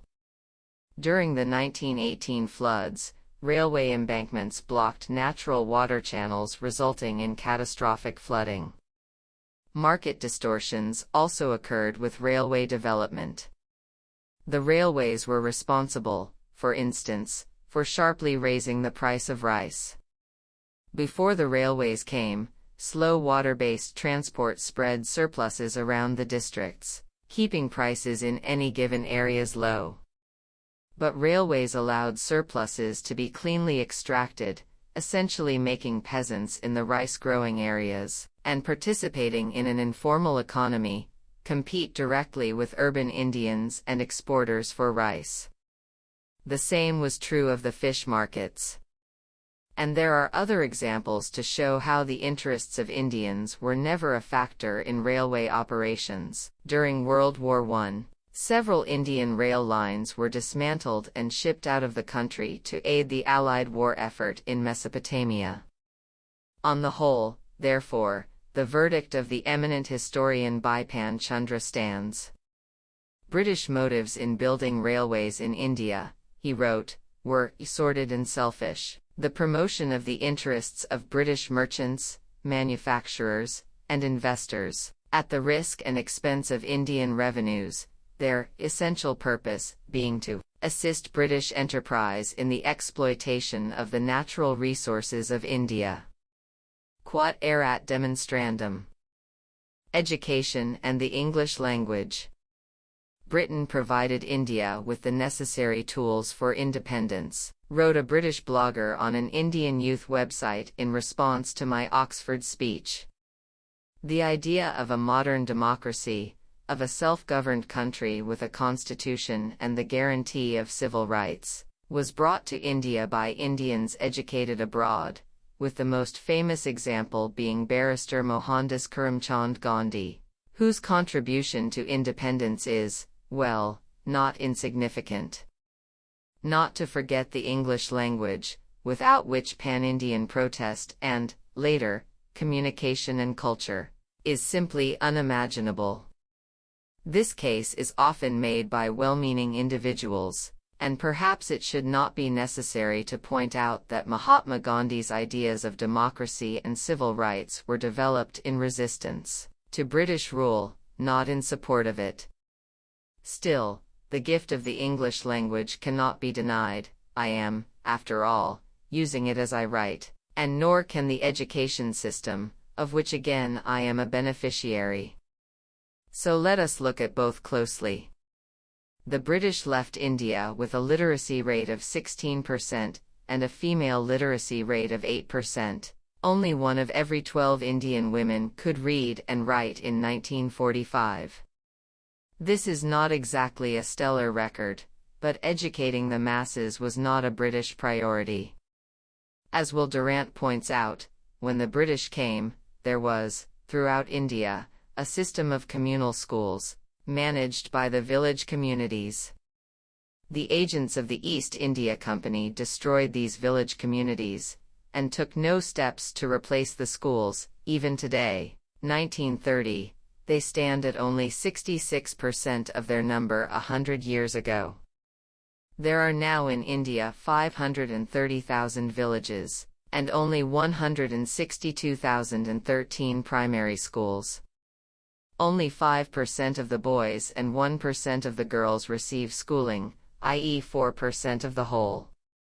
Such schools as the government has established are not free, but exact a tuition fee which looms large to a family always hovering on the edge of starvation. Britain's education policy, in other words, had very little to commend itself. It supplanted and undermined an extensive Indian traditional methods of Guru Shishya Parampara, in which students lived with their teachers and imbibed an entire way of thinking, had thrived in India, as did the many monasteries which went on to become important centers of education, receiving students from distant lands, notably as far from our shores as China and Turkey.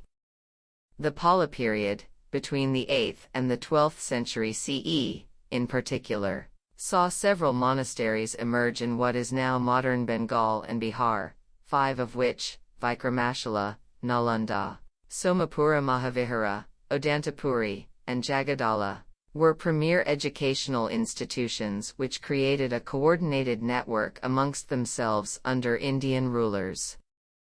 Nalanda University, which enjoyed international renown when Oxford and Cambridge were not even gleams in their founders' eyes, employed 2,000 teachers and housed 10,000 students in a remarkable campus that featured a library 9 stories tall.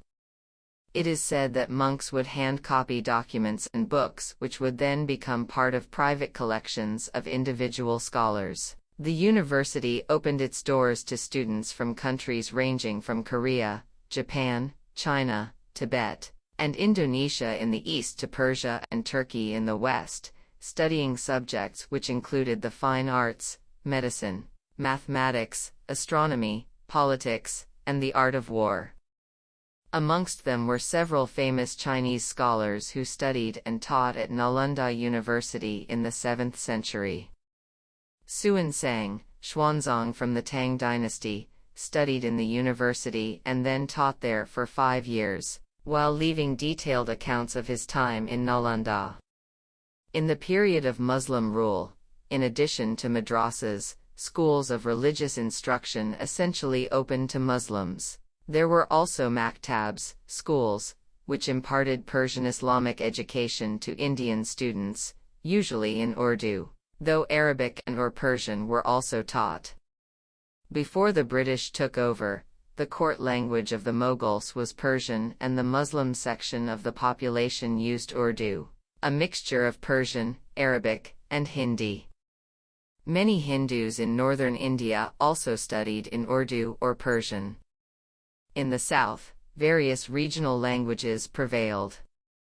A maktab was an elementary, and secondary for some, educational institution before the 1830s that was used for secular education. The subjects taught included public administration, trade, and intellectual and cultural pursuits, such as poetry. Maktabs were open to members of the elite class and included both Hindus and Muslims, in some places, many more of the former than the latter.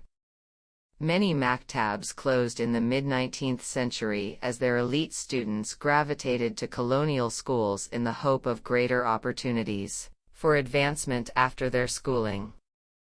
As late as the late 18th/early 19th century, Raja Ram Mohan Roy, who would be hailed by the British as a progressive and modern-minded reformer, started his formal education in a village school or pathshala, where he learned Bengali, some Sanskrit and Persian. Later, at age 9, he studied Persian and Arabic in a madrasa in Patna, and 2 years later went to Benares, Kashi, to learn Sanskrit and Hindu, especially the scriptures, Vedas, and Upanishads. Only then did he learn English and adapt to the British system of education in India, at which he excelled. But this kind of extensive grounding in traditional Indian learning, followed by English education, was already becoming quite rare. In addition to monasteries and formal establishments of learning, informal institutions and methods of education also flourished in India. Oral education has always enjoyed an honored place in Indian culture. Gandhi memorably advocated oral education in place of the prevailing emphasis on textbooks. Of textbooks, he said, "I never felt the want. The true textbook for the pupil is his teacher." And so, in the little ashram that he created in South Africa, named Tolstoy Farm, he adopted oral forms of communicating his ideas, disregarding the need for formal written work. Gandhi found inspiration in the ways that knowledge of the Vedas and other foundational Hindu texts like the Ramayana and Mahabharata were passed orally from one generation to another. The oral tradition, sustained through the generations, had allowed this ancient knowledge to live. But while such traditions give Indian education its moorings in our culture, there is no escaping the stark fact that modern India lost much of it under British rule, achieved independence with only 16% literacy, and is still struggling to educate the broad mass of its population to seize the opportunities afforded by the globalized world of the 21st century. At least some of the blame for this surely lies in the system of education implemented by the British. The eminent Major General Sir Thomas Munro, hero of the Mysore and Maratha Wars, no less, pointed out that, in pursuing a system, the tendency of which is to lower the character of the whole people, we profess to be extremely anxious to improve that character by education. The use of the word profess pointed to the eminent soldier's own doubts about the sincerity of the company's intentions. Of course, the British did give India the English language, the benefits of which persist to this day. Or did they? The English language was not a deliberate gift to India, but again an instrument of colonialism, imparted to Indians only to facilitate the tasks of the English. In his notorious 1833 Minute on Education, Lord Macaulay articulated the classic reason for teaching English, but only to a small minority of Indians. We must do our best to form a class who may be interpreters between us and the millions whom we govern, a class of persons, Indians in blood and color, but English in taste, in opinions, in morals, and in intellect. The language was taught to a few to serve as intermediaries between the rulers and the ruled. That Indians seized the English language and turned it into an instrument for our own liberation, using it to express nationalist sentiments against the British, as R. C. Dinshaw Wacha and Dadabhai Naoroji did in the late 19th century and Jawaharlal Nehru in the 20th, was to their credit, not by British design. The East India Company's interest in Indian education began after the publication of a report by the company evangelist, Charles Grant, in 1592, which believed that the introduction of Western education and Christianity would transform a morally decadent society.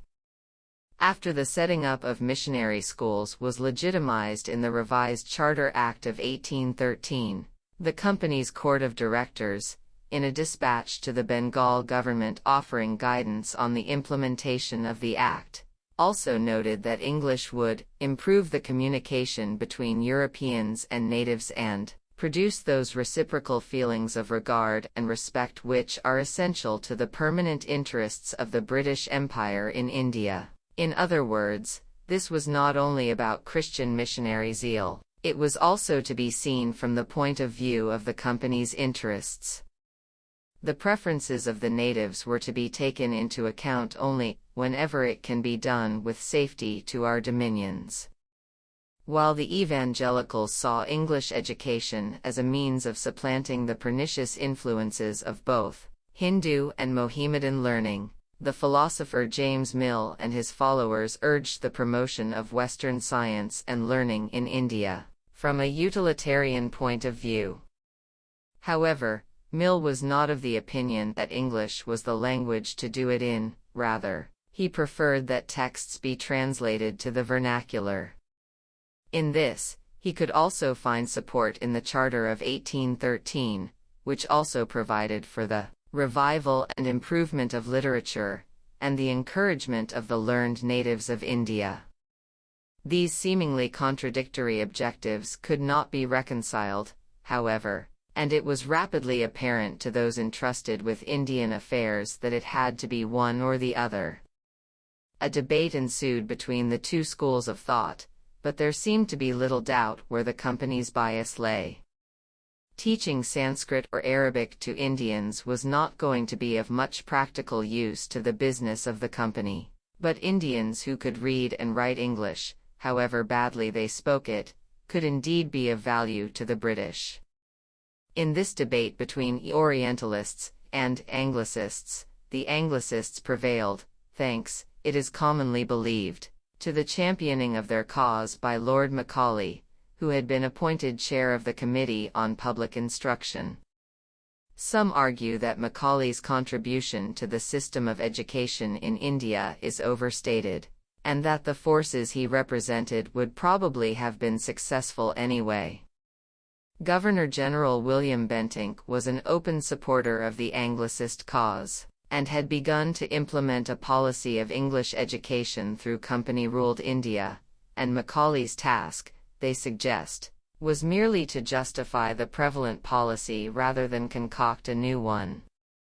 But there is no doubt that his articulation of the Anglicist cause remains the clearest and most far-reaching statement of colonial purpose in the field of education, the most notorious in India for its flagrantly contemptuous dismissal of Oriental learning, and the most liable to quotation and misquotation by critics of the entire enterprise. To this day English-speaking Indians are denounced as Macaulay-putras, or sons of Macaulay, by their non-Anglophile critics, usually, of course, in English. In his Minute on Education 12, Macaulay took an uncompromisingly, and many would say arrogantly, ethnocentric stand on the issue. His view, which prevailed with the reformist Governor-General, was that the intellectual improvement of those classes of the people who have the means of pursuing higher studies can at present be effected only by means of some language, not vernacular, amongst them. He did not allow his ignorance of the East to undermine his self-confidence. A single shelf of a good European library was worth the whole native literature of India and Arabia, he notoriously declared, while admitting he had not read a single work from the literatures he was dismissing. We have to educate a people who cannot at present be educated by means of their mother tongue. We must teach them some foreign language. The claims of our own language it is hardly necessary to recapitulate. It stands preeminent even among the languages of the West.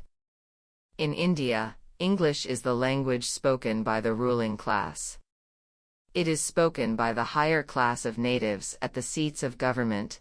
Of all foreign tongues, the English tongue is that which would be the most useful to our native subjects. What the Greek and Latin were to the contemporaries of More and Ascom, our tongue is to the people of India. The languages of Western Europe civilized Russia. I cannot doubt that they will do for the Hindu what they have done for the Tartar. 12 dubbed by an Indian wag, with a penchant for alliteration, as Macaulay's moronic minute. What about the practical legal aspects of governing a foreign population, many following their own customs and laws? The fact that the Hindu law is to be learned chiefly from Sanskrit books, and the Mahometan law from Arabic books, has been much insisted on but seems not to bear at all on the question.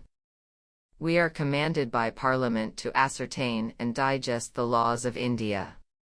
The assistance of a law commission has been given to us for that purpose.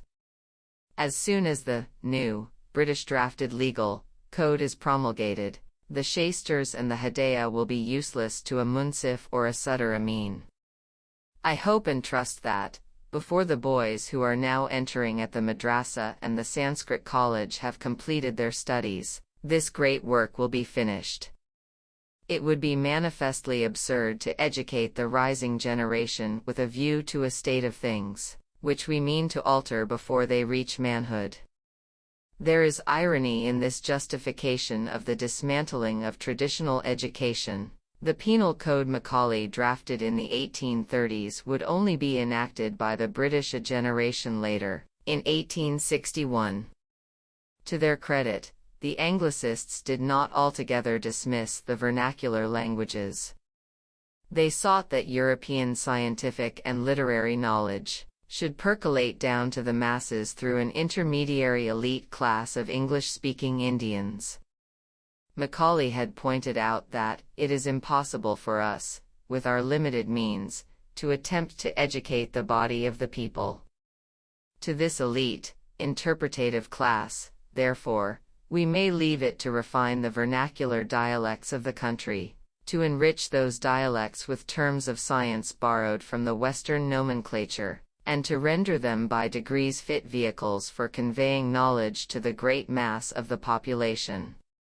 Another Anglicist most fully admitted that the great body of the people must be enlightened through the medium of their own languages, and that to enrich and improve these, so as to render them the efficient depositories of all thoughts and knowledge, is an object of the first importance. Mass English education was never British policy, therefore, nor was it necessary to dispense European scientific knowledge to Indians. The educated Indians would do so in their own languages. This did happen, to some extent. The Delhi College was founded in 1823 partly with such an object in view. A vernacular translation society was formed there in the 1840s, which attempted to translate English textbooks on history, law, science, and medicine into Urdu, with the help of Western-educated Indians and other college officials. These were some of the earliest textbooks on modern subjects that were written to propagate an updated Western curriculum and served as vernacular education textbooks in the northwestern provinces and Punjab in the 1840s and 1830s. It is difficult to argue, however, that such education acquired as much reach or influence as English education in India, which to this day is considered the passport to success and influence in Indian society. Most Indians educated in English used that language for their own career self-advancement, not to serve as academic translators or instructors for the masses, and vernacular teaching remained an orphaned profession, reserved for those unfortunates whose own English was not good enough for professions that required the language of the colonials. The Anglicists' purpose was not served, but one wonders whether, in these circumstances, it ever could have been. Under the British, the universities remained largely examination-conducting bodies, while actual higher education was carried out in affiliated colleges, which offered a 2-year BA course, following a year of intermediate studies after high school. The colleges, like the British schools in India, heavily emphasized rote learning, the regurgitation of which was what the examinations tested. Failing the exams was so common that many Indians proudly sported BA, F, after their names as a credential, to indicate that they had gotten that far. The F stood for failed. Dropout rates were always very high, and successfully completing a bachelor's degree was widely hailed as a rare and considerable achievement. Still, the British higher education system did little to promote analytic capacity or creative thinking, and certainly no independence of mind. It produced a group of graduates with a better-than-basic knowledge of English, inadequate in 90% of the cases to hold one's own with an Englishman, but adequate to get a clerical position in the lower rungs of government service or a teaching position in a government school. The other 10% shone despite the limitations of the system and either excelled in various private capacities, or went abroad to England for higher education. Worse, though, it left the individual graduate, every one of them, westernized enough to be alienated from his own Indian cultural roots. Indians educated under this system, observed a senior civil servant in 1913, become a sort of hybrid. This is due to their English masters, who are obsessed with the idea that the only way to educate anyone is to turn him into a plaster Englishman. The problem persisted throughout British rule. An Indian nationalist group declared, in a book published in London in 1913, "All Indian aspirations and development of strong character have been suppressed. The Indian mind has been made barren of any originality and deliberately kept in ignorance. The people are kept under an illusion in order to make them more amenable to British control. The people's character is deliberately debased, their mind is denationalized and perpetually kept in ignorance and fed with stories of England's greatness and mission in the world." As Pankaj Mishra has observed, European subordination of Asia was not merely economic and political and military. It was also intellectual and moral and spiritual, a completely different kind of conquest than had been witnessed before, which left its victims resentful but also envious of their conquerors and, ultimately, eager to be initiated into the mysteries of their seemingly near magical power. An intriguing example of the successful colonization of the Indian mind is that of the notorious Anglophile Nirud C. Chowdhury, the Bengali intellectual and author of the best-selling Autobiography of an Unknown Indian, 1931, with its cringe-worthy dedication to the British Empire in India. To the memory of the British Empire in India, which conferred subjecthood on us, but withheld citizenship. To which yet every one of us threw out the challenge, civis Britannicus sum, because all that was good and living within us was made, shaped, and quickened by the same British rule. This unedifying spectacle of a brown man with his nose up the colonial fundament made Chowdhury a poster child for scholarly studies of how empire creates native informants, alienated from and even abhorring their own cultures and societies. Chowdhury's admiration for the British Empire extended to his appreciation of it for restraining Indians from defecating in public, an activity which assuredly the British did not, in fact, succeed in controlling, let alone stopping, except in the public areas of major towns. This suggests a curious correlation between dislike for one's own body and a yearning for foreign rule. These two processes of self-othering, the scholar Ian Almond observes, work in tandem to replicate a crucial distance between colonized and colonizer, Babu and native, mind and body. One of the consequences of a colonial education was Chowdhury's xenolatry, rooted in the conviction that he was a displaced European/Aryan suffering the present-day and millennia-old consequences of an ancestor's unwise decision to wander in the wrong direction and settle in an unsuitable climate. Chowdhury, at the age of 73, upped sticks and moved to Oxford, there to live out his centenarian life. In his mind, of course, he had always lived there. Chowdhury wore his erudition anything but lightly, quoting Greek and Latin and dropping classical allusions in a style that went out with the sola topi. No doubt waggishness loses something in translation.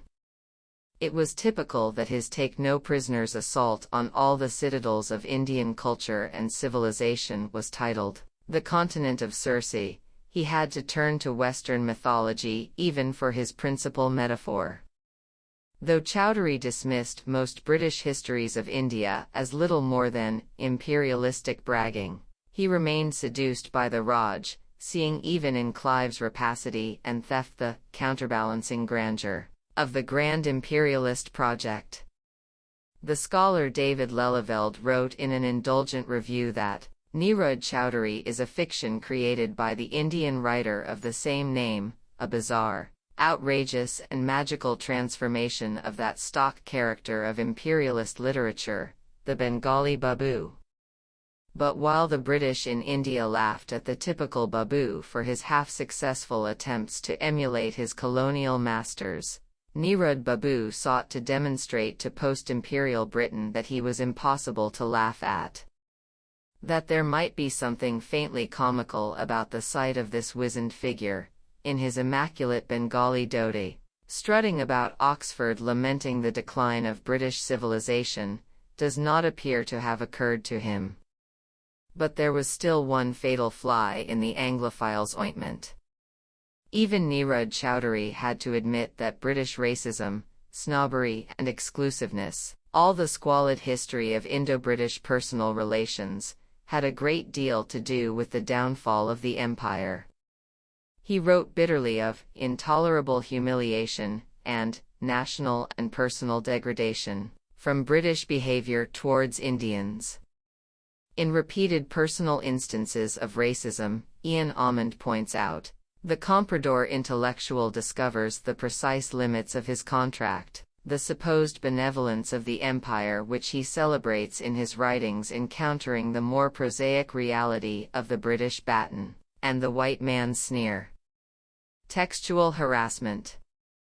In 1839–60, education in Bengal received 1,032,021 rupees from the British government, which was about the same amount spent on rebuilding army barracks that year.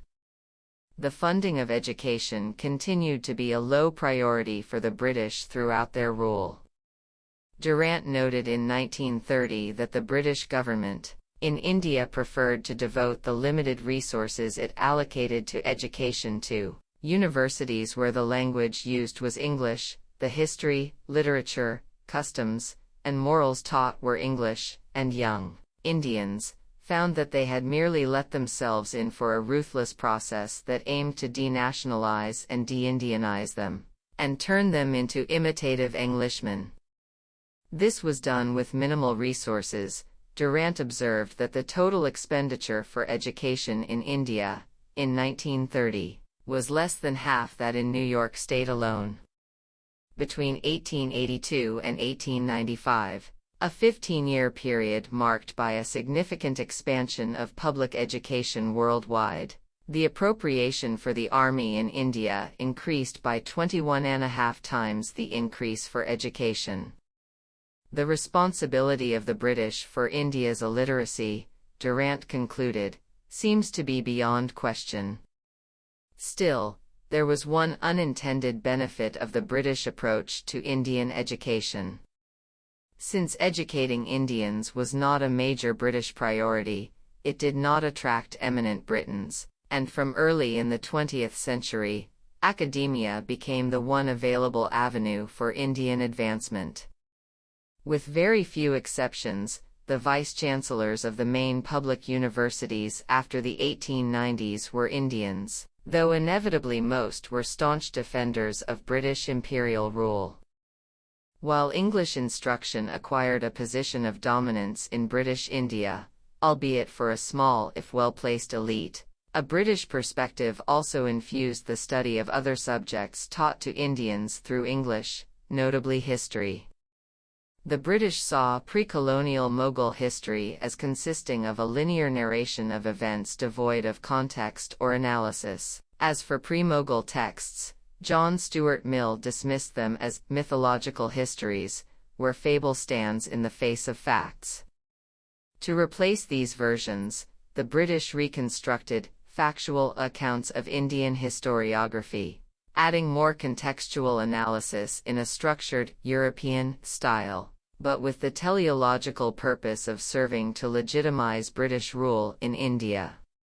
As we have seen, English histories and theoretical constructs of India not only promoted divide et impera by inventing the religious periodization of the Indian past, but portrayed a nation waiting for the civilizing advent of British rule. By arguing that history texts should rely upon facts and serve a secular curriculum, they also moved away from the teaching of religious and mythological texts, including India's timeless epics, the Mahabharata and Ramayana, which at the very least could have occupied the place in Indian schoolrooms that the Iliad and Odyssey did in British ones. Independent India carried on this tradition of secular neglect of the classics, for which it is now reproached by a new, Hindu chauvinist government that accuses the British and their Indian Makalaputras of promoting the intellectual and cultural deracination of Indian children. If the teaching of history served an evident purpose, literature served the same ends in a more tangential way. Professor Gauri Vishwanathan has done pioneering work on the role of the study of English literature in colonial India, as a means of socializing and co-opting Indian elites during the early 19th century. Indeed, she argues that the very idea of English literature as a subject of study was first devised by the British in India to advance their colonial interests. It was not only that the English felt their literature would be a way of striking awe and respect for British civilization into the minds and hearts of the colonized Indians, it was also that the British colonists considered many of the great works of Indian literature to be marked with the greatest immorality and impurity, and that included Kalidasa's Shakuntala, described by Horace Wilson, the major 19th-century Sanskrit scholar, as the jewel of Indian literature, but disapproved of as a suitable text for study in Indian schools and colleges in British India. In this, the British educationists were only echoing the biases of Macaulay and his ilk, who made no bones about their convictions regarding the superiority of English literature. Macaulay had, after all, argued in his minute that the literature now extant in English is of greater value than all the literature which 300 years ago was extant in all the languages of the world together. The literature of England is now more valuable than that of classical antiquity.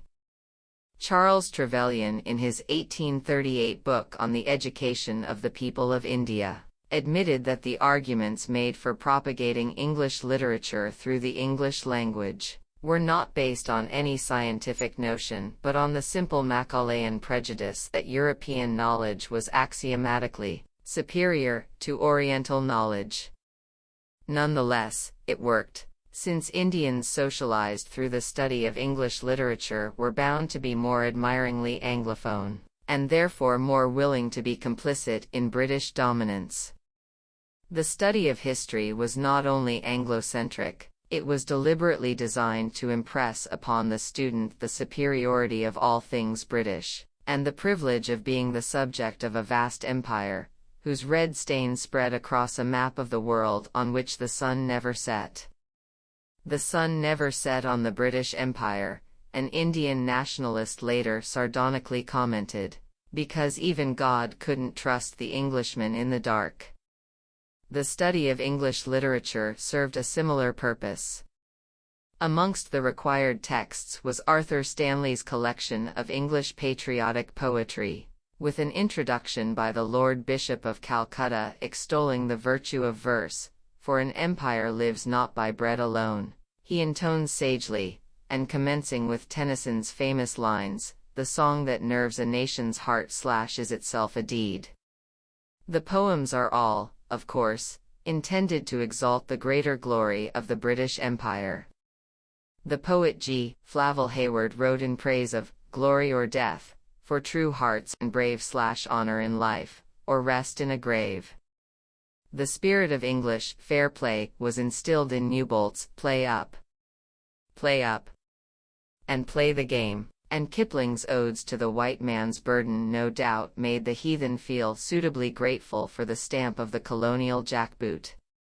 East is east and west is west and never the twain shall meet I wrote bitterly after discovering the poem in college, except of course when you lie crushed under the Briton's feet. In those pre-televisual days, popular fiction, too, helped the anxious English-educated reader imbibe the virtues of colonialism. Those redoubtable bestsellers by G. A. Henty, H. Rider Haggard, and Kipling himself told tales of imperial derring-do in which the intrepid Englishman always triumphed over the dark, untrustworthy savages. Kipling's notorious verse told the English, and the Americans who were conquering the Philippines, to take up the white man's burden, send forth the best ye breed / go bind your sons to exile, to serve your captives' need. Despite the ingratitude of the heathens they were ruling, the white man had to bear his burden despite his old reward / the blame of those ye better, / the hate of those ye guard. And he was to do this, in lines reeking of hypocritical paternalism, for the needs of resentful, sullen peoples, half devil, sick, and half child.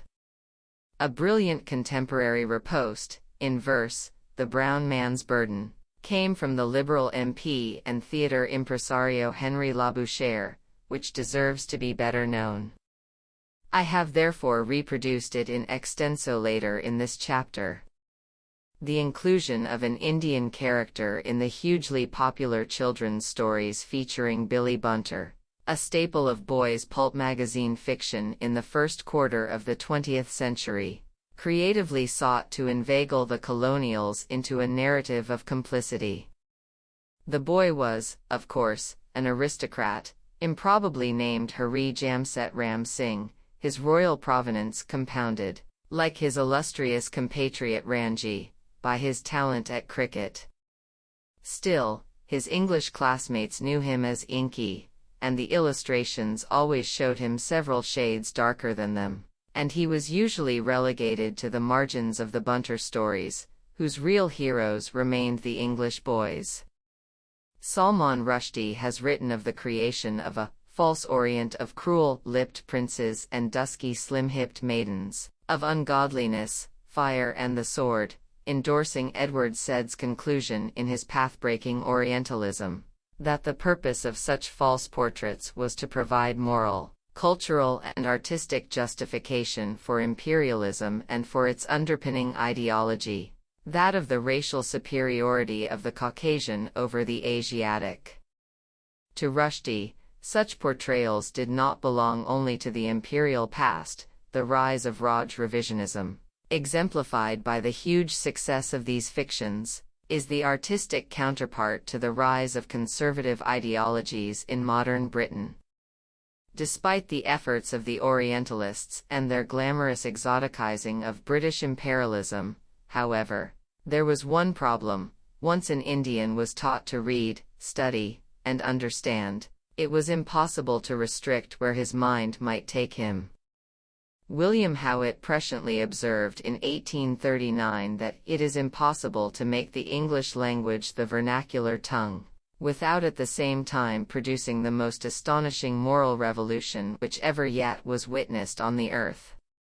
English ideas, English tastes, English literature, and religion must follow as a matter of course, and, of course, though he did not mention it, English political ideas too.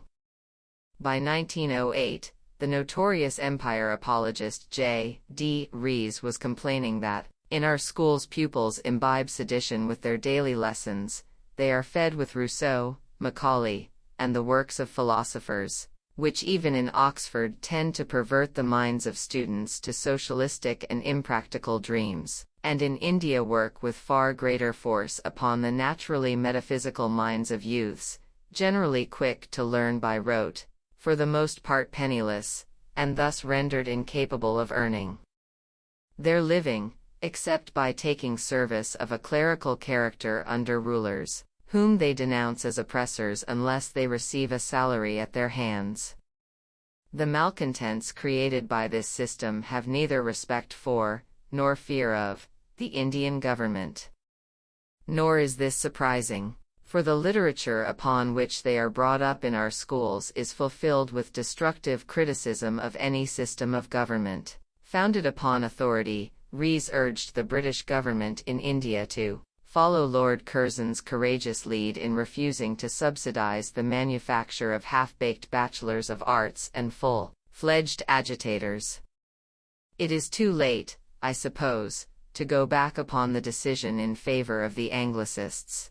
But is there any particular reason why Herbert Spencer, for instance, should be given in the Indian system so prominent a place? Is there any need to fill Indian students with philosophy, the study of which, even in Oxford, induces a regrettable tendency towards vain speculative dreams and socialistic sophistries?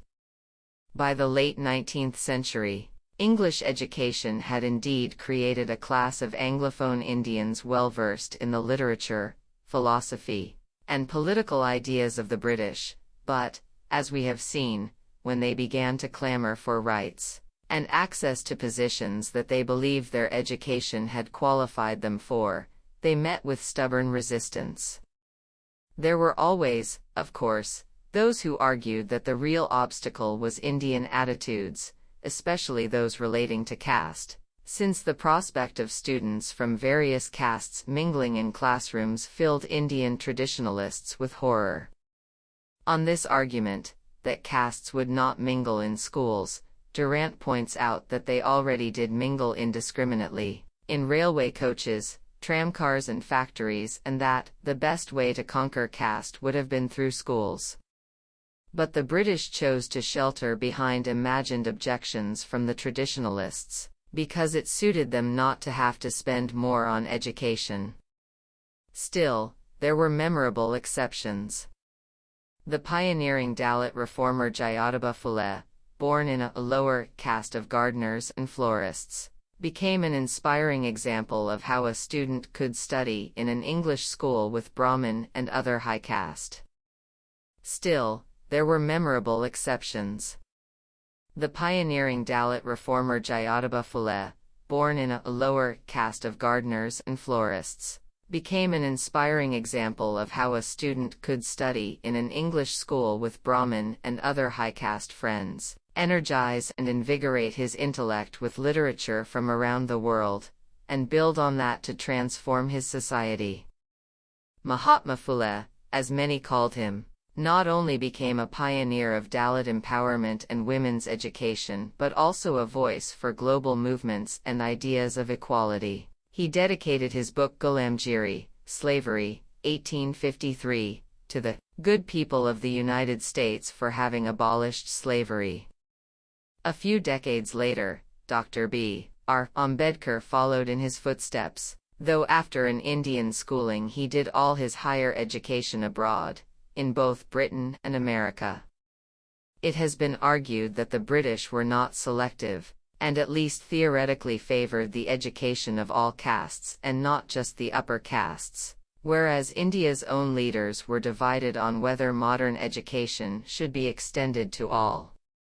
A bill for universal compulsory primary education was indeed tabled by the moderate Congress leader Gopal Krishna Gokhale in the Legislative Council of the Governor-General in 1911 and another, by Vithalbhai Patel in the same body in 1916, but both were defeated by the votes of the British and government-appointed members. What is less known, however, is that the bills were also opposed by the likes of Mahatma Gandhi and Surendra Nath Banerjee, staunch nationalists. Both. Gandhiji wrote in Hind Swaraj, "The ordinary meaning of education is knowledge of letters. To teach boys reading, writing and arithmetic is called primary education. A peasant earns his bread honestly. He has ordinary knowledge of the world. But he cannot write his own name. What do you propose to do by giving him a knowledge of letters? Will you add an inch to his happiness? It is not necessary to make this education compulsory. Our ancient school system is enough. We consider your modern school to be useless." Fortunately, on this issue, Gandhiji's somewhat eccentric views did not prevail. But perhaps his real objection was not to literacy and education as such, but to British education in particular. In 1935, when Congress ministries were elected in 8 provinces and for the first time enjoyed control over education, Gandhi put forward a plan called the Vardha Scheme for Education, which envisaged 7 years of basic education for rural children, including vocational training in village handicrafts. It was never fully implemented, but it would certainly have imparted the basics, including literacy in the mother tongue, mathematics, science, history, and physical culture and hygiene, in addition to crafts. It is difficult to argue against the proposition that the Vardha scheme would have been a vast improvement on what little colonial education was available in rural India. One of the consequences of a colonial education was, as we have seen with Nirud Chowdhury, the colonization of the minds of Indians by the languages, models, and intellectual systems brought into our lives by the West. In many ways, Indians judged their societies according to Western intellectual or aesthetic standards. Ashis Nandi has written pointedly of how Third Worlders construct a non-West which is itself a construction of the West. Colonialism misappropriated and reshaped the ways in which a subject people saw its history and even its cultural self-definition. Nationalists sought, in reaction, to contribute towards, and to help articulate and give expression to, the cultural identity of their society, but they did so colored, inevitably, by the influence of their own colonial education. It was only after India had emerged into independence, awaking from the incubus of colonialism, that Indians realized how much imperial rule had also, in many ways, fractured and distorted their cultural self-perceptions. This is changing gradually over the decades, as Indians understand that development will not occur without a reassertion of identity, that this is who they are, this is what they are proud of, this is what they want to be. The task of the Indian nationalist is to find new ways, and revive old ones, of expressing his culture, just as his society strives, with the end of colonialism, to find new ways of being and becoming. By virtue not so much of British colonization, as of American 20th century dominance, English has become the language of globalization, the benefits of which are also accruing to India. But though the worldwide adoption of English has certainly facilitated more global exchanges and business transactions among English speakers everywhere, including India, as Adrian Lester observes, it has only served to heighten the exclusion of most non-English speaking subjects and women from access to the credit and political capital that flowed through Anglophone global networks. I am not suggesting that India's traditional forms of education, in Indian languages, could have met the challenge of making India literate and competitive with the rest of the world.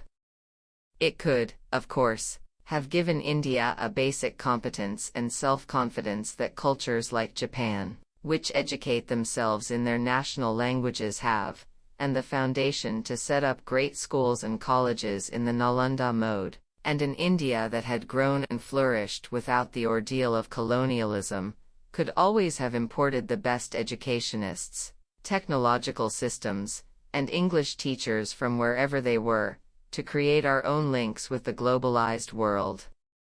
At least, without the British having expropriated our national wealth for 2 centuries, we would have had the resources to do so. One of the regrettable consequences of British rule was how colonialism suffocated any prospect of a revival of India's traditional spirit of scientific inquiry, whether by neglect or design. The destruction of the textile and steel industries has already been discussed, but it is striking that a civilization that had invented the zero, that spawned Aryabhata, who anticipated Galileo, Copernicus, and Kepler by several centuries, and with greater precision, and Sushruta, the father of modern surgery, had so little to show by way of Indian scientific or technological innovation even under the supposedly benign and stable conditions of Pax Britannica. The mathematical genius Ramanujan had to travel to Cambridge to have his genius recognized, and though C.V. Raman won a Nobel Prize in Physics in 1930 and S.N. Bose should have, instead, the discovery of the particle named for him, the boson, won 2 others the 2013 prize, and Bose's namesake and mentor, Jagadish Chandra Bose, blazed an astonishing path as physicist, biologist, biophysicist, botanist, and archaeologist, as well as an early writer of science fiction. There was little else to celebrate by way of scientific accomplishment in the 2 centuries of British colonial rule. Strikingly, the British themselves flourished in these fields in the 19th and early 20th centuries, while funding no great institutions in India, and neglecting the enormous potential of Indian minds to excel in science and technology.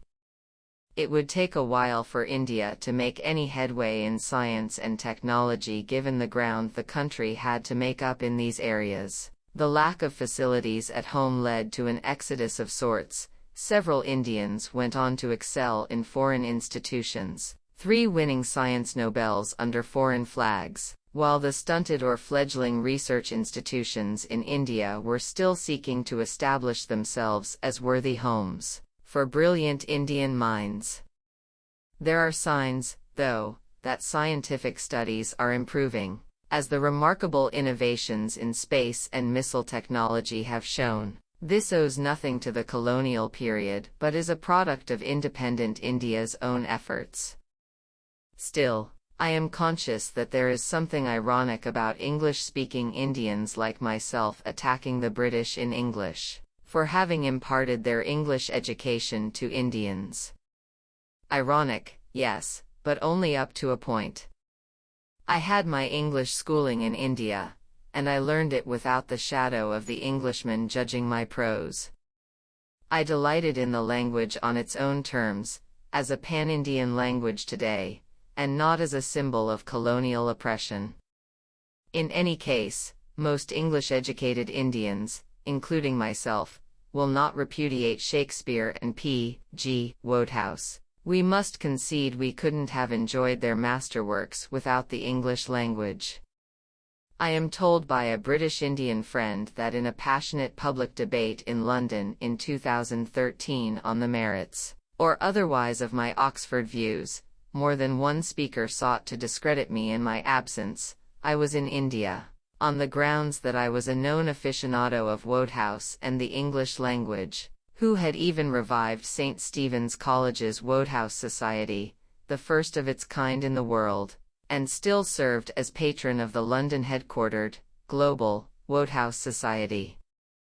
The implication was that one cannot denounce British colonialism and celebrate the doyen of English humorists at the same time. My critics could not have been more wrong. Yes, some have seen in Wodehouse's popularity a lingering nostalgia for the Raj.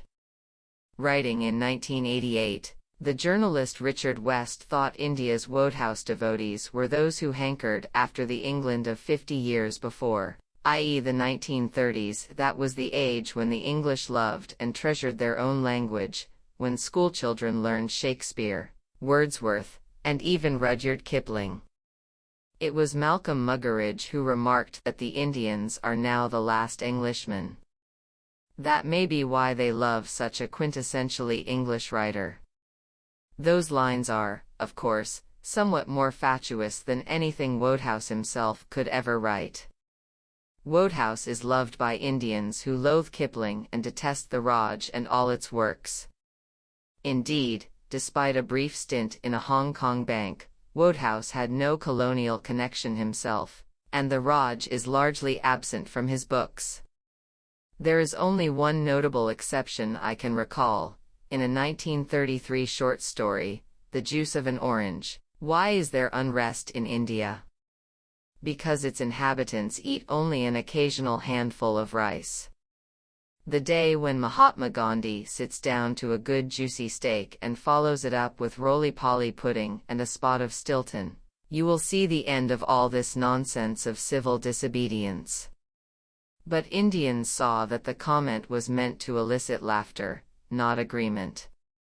Mahatma Gandhi himself was up to some humorous mischief when, in 1945, far from sitting down to steak, he dined with the king's cousin and the last viceroy, Lord Mountbatten, and offered him a bowl of homemade goat's curd, perhaps from the same goat he took to England when he went to see the king in a loincloth.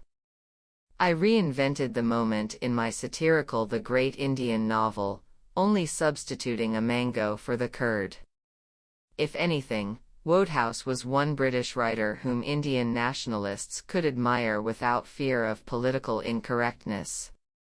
Saroj Mukherjee, née Kotju, the daughter of a prominent Indian nationalist politician, remembers introducing Lord Mountbatten to the works of Wodehouse in 1948. It was typical that the symbol of the British Empire had not read the quintessentially English Wodehouse, but that the Indian freedom fighter had.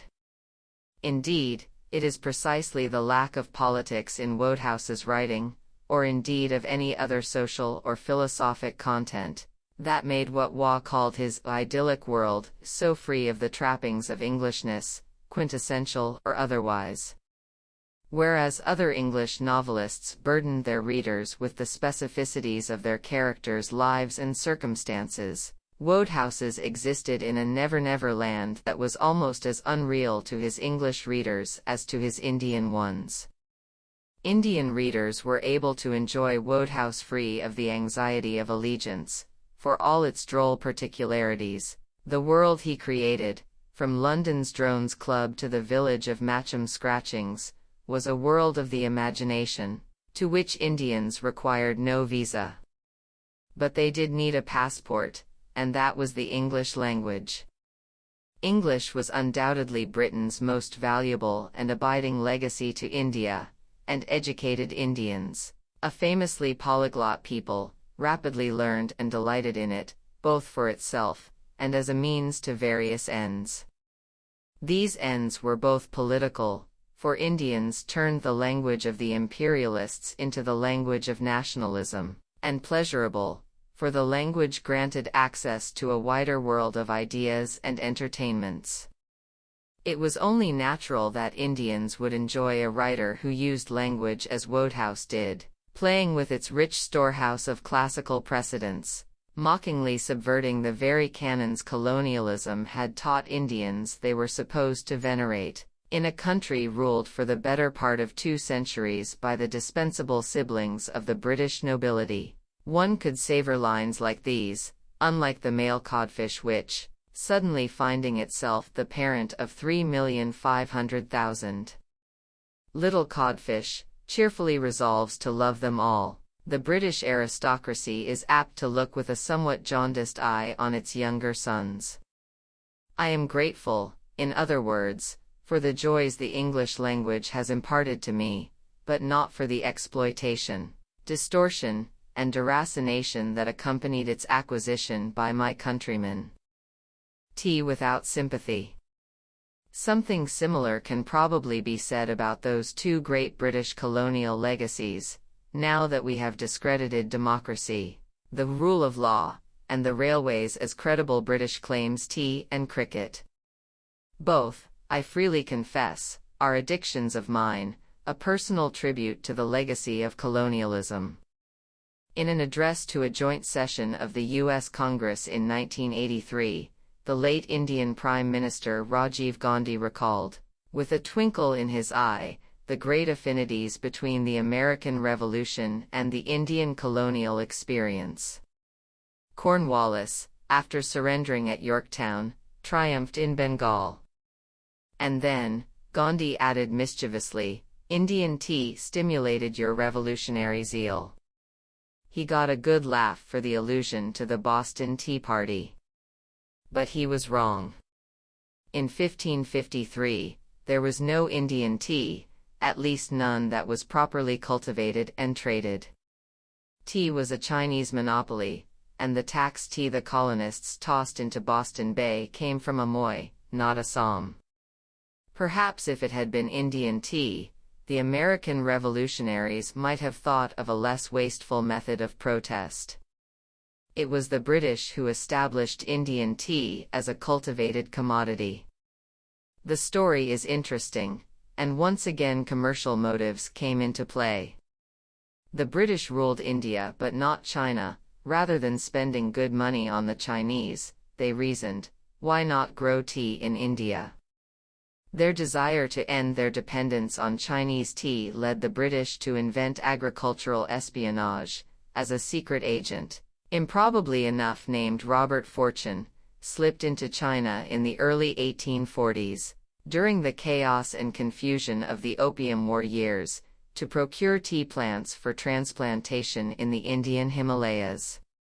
But most of the thousands of specimens he sent to British India died, and the East India Company directors were left scratching their collective heads. The solution came by accident, when a wandering Briton discovered an Indian strain of tea growing wild in Assam, tested it in boiling water, tasted the results and realized he had struck gold. He had made tea. That gave the British their tea industry in India. Assam tea proved superior to the Chinese imports and more palatable to the British housewife. In the 1830s, the East India Company traded about 31.3 million pounds, 14 million kilos, of Chinese tea a year. Today India alone produces nearly 300 million kilos. But even tea was not exempt from colonial exploitation. The workers labored in appalling conditions for a pittance, while all the profits, of course, went to British firms. Early in the 20th century, the remarkable anti-imperialist Sir Walter Strickland wrote bitterly in the preface to his now out-of-print volume The Black Spot. In the East, let the English who read this at home reflect that, when they sip their deleterious decoctions of tannin, they too are, in their degree, devourers of human flesh and blood.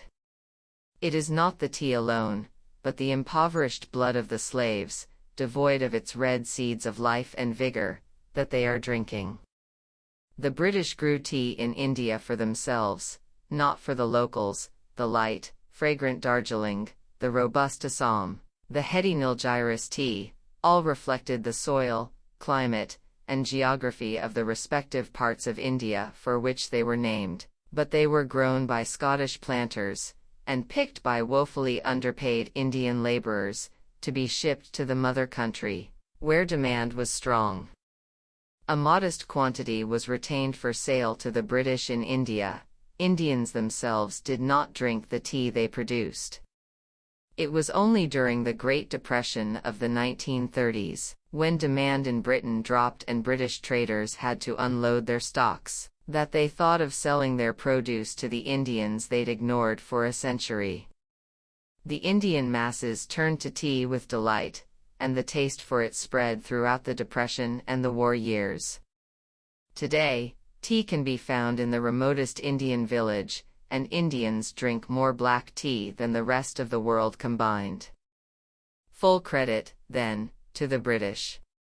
And this time it is difficult to argue that one could have had extensive tea cultivation and a vast market for the product without colonization. Certainly, Indians hadn't ever done it before the British. Even the name is a colonial legacy.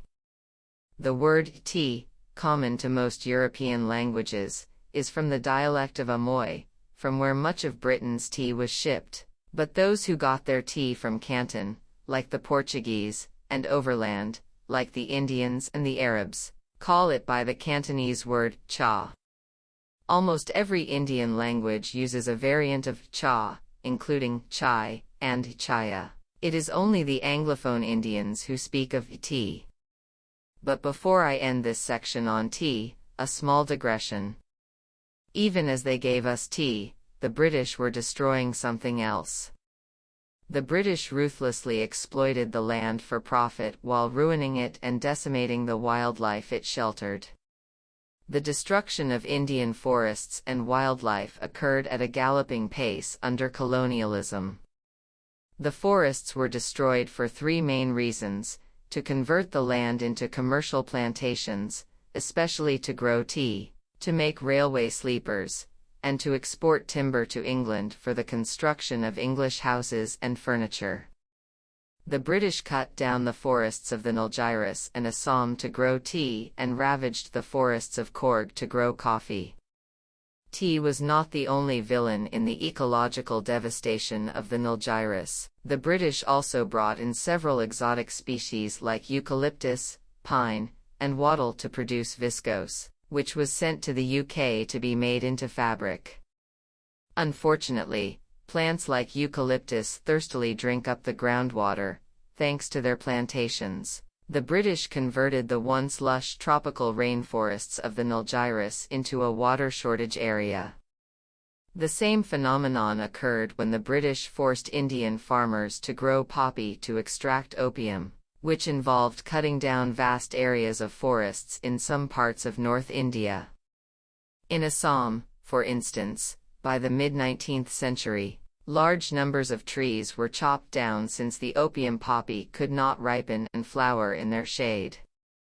This practice of slashing trees to protect the poppy indirectly almost wiped out some of India's most magnificent predators.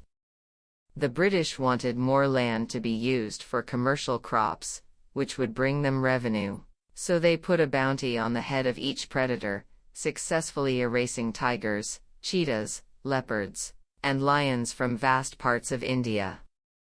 The tiger and leopard survived, albeit in reduced numbers because they hid in the jungle. But the lion needed vast open spaces and could not survive, except in the one corner of the country, in Gujarat, where an Indian prince, the Nawab of Junagadh, maintained a private lion sanctuary where hunting was permitted for his invitees only. This saved the Asiatic lion to some extent, but this majestic animal, of whom several thousand flourished before the British came to India, was down to fewer than 100 when the empire ended. By destroying the forests, the British also broke the spirit of the Aboriginal people or tribals, who lived in and utilized the natural resources of the forests. Unfortunately, their ownership of forest lands was traditional rather than documented. Since they could not claim ownership in a form the British recognized, they were dispossessed and displaced, and attempts to maintain their hunter-gatherer lifestyle resulted in them being treated as poachers and therefore criminals. Meanwhile, the British elevated the killing of wild animals into a high-status sport, one for the whites and the privileged Indian elite, and an activity whose glamour was enhanced by the access it provided the latter into British ruling circles, rather like polo might do today. Hunting in the British period became a monster sport. Countless numbers of animals were killed, irretrievably transforming the ecology of many areas. For example, Madras was once called Pulliyur, which means the town of tigers and leopards. The Tamil word pulli is used for both tiger and leopard. The British killed every tiger and leopard in this area, so that not even one was left in Madras or any of the plains of Tamil Nadu. The term Pulliyur has lost its meaning, and is now largely forgotten. Pulliyur may no longer have tigers, which are hanging on precariously elsewhere in the subcontinent, but the British still drink Indian tea.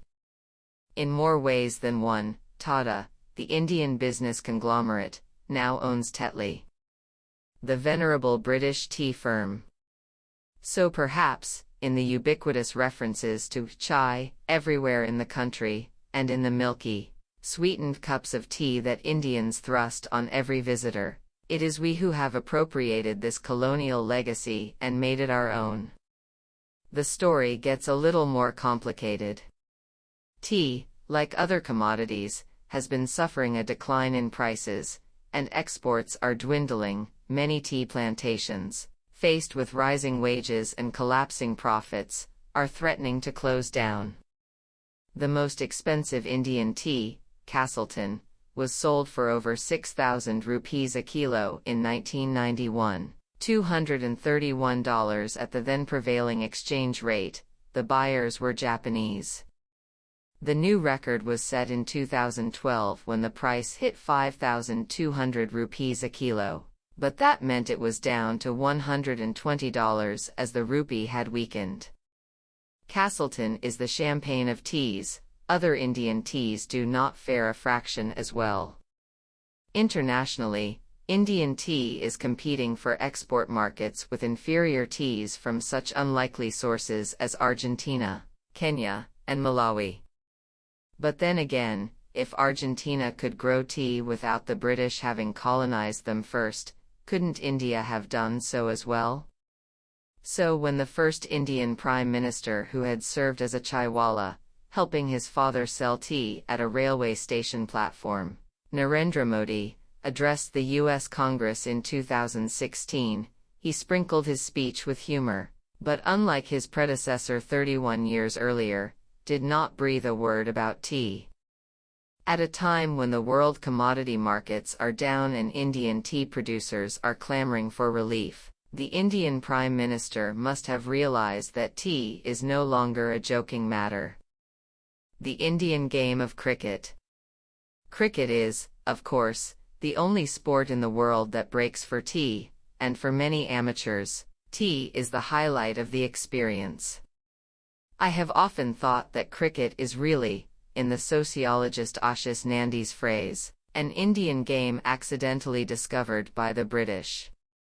Everything about the sport seems suited to the Indian national character, its rich complexity, the infinite possibilities and variations possible with each delivery, the dozen different ways of getting out, are all rather like Indian classical music, in which the basic laws are laid down but the performer then improvises gloriously, unshackled by anything so mundane as a written score. The glorious uncertainties of the game echo ancient Indian thought. Indian fatalists instinctively understand that it is precisely when you are seeing the ball well, and timing your fours off the sweep of the bat that the unplayable shooter can come along and bowl you. It is almost, as has also been observed, a pastime in which the Bhagavad Gita is performed in the guise of a Victorian English morality play. A country where a majority of the population still consults astrologers and believes in the capricious influence of the planets, can well appreciate a sport in which an ill-timed cloudburst, a badly prepared pitch, a lost toss of a coin, or the sun in the eyes of a fielder can transform the outcome of a game. Even the possibility that 5 tense, exciting, hotly contested and occasionally meandering days of cricket can still end in a draw seems derived from Indian philosophy, which accepts profoundly that in life the journey is as important as the destination. Cricket first came to India with decorous English gentlemen idly pursuing their leisure. It took nearly a century for the natives to learn the sport, and then they played it in most un-English ways. I remember being taken by my father to my first ever test match, in Bombay in late 1963 when a weak English side was touring. I shall never forget the exhilaration of watching India's opening batsman and wicket-keeper, Buddy Kundaran, smite a huge six over mid-wicket, followed it soon after with another blow that just failed to carry across the rope, and then sky a big shot in a gigantic loop over mid-on. As it spiraled upwards, Kundaran began running. When the ball was caught by an English fielder, he hurled his bat in the air, continued running, caught it as it came down, and ran into the pavilion. I was hooked for life. India has always had its Kundarans, but it has also had its meticulous grafters, its plotters, its anarchists, and its stoics. A society that recognizes that all sorts of people have their place recognizes the value of variety in its cricket team as well. Cricket reflects and transcends India's diversity. The Indian team has been led by captains from each of its major faiths: Hindus, Muslims, Parsis, Christians, and a colorful Sikh. A land divided by caste, creed, color, culture, cuisine, custom, and costume is united by a great conviction: cricket. Yes, the British brought it to us.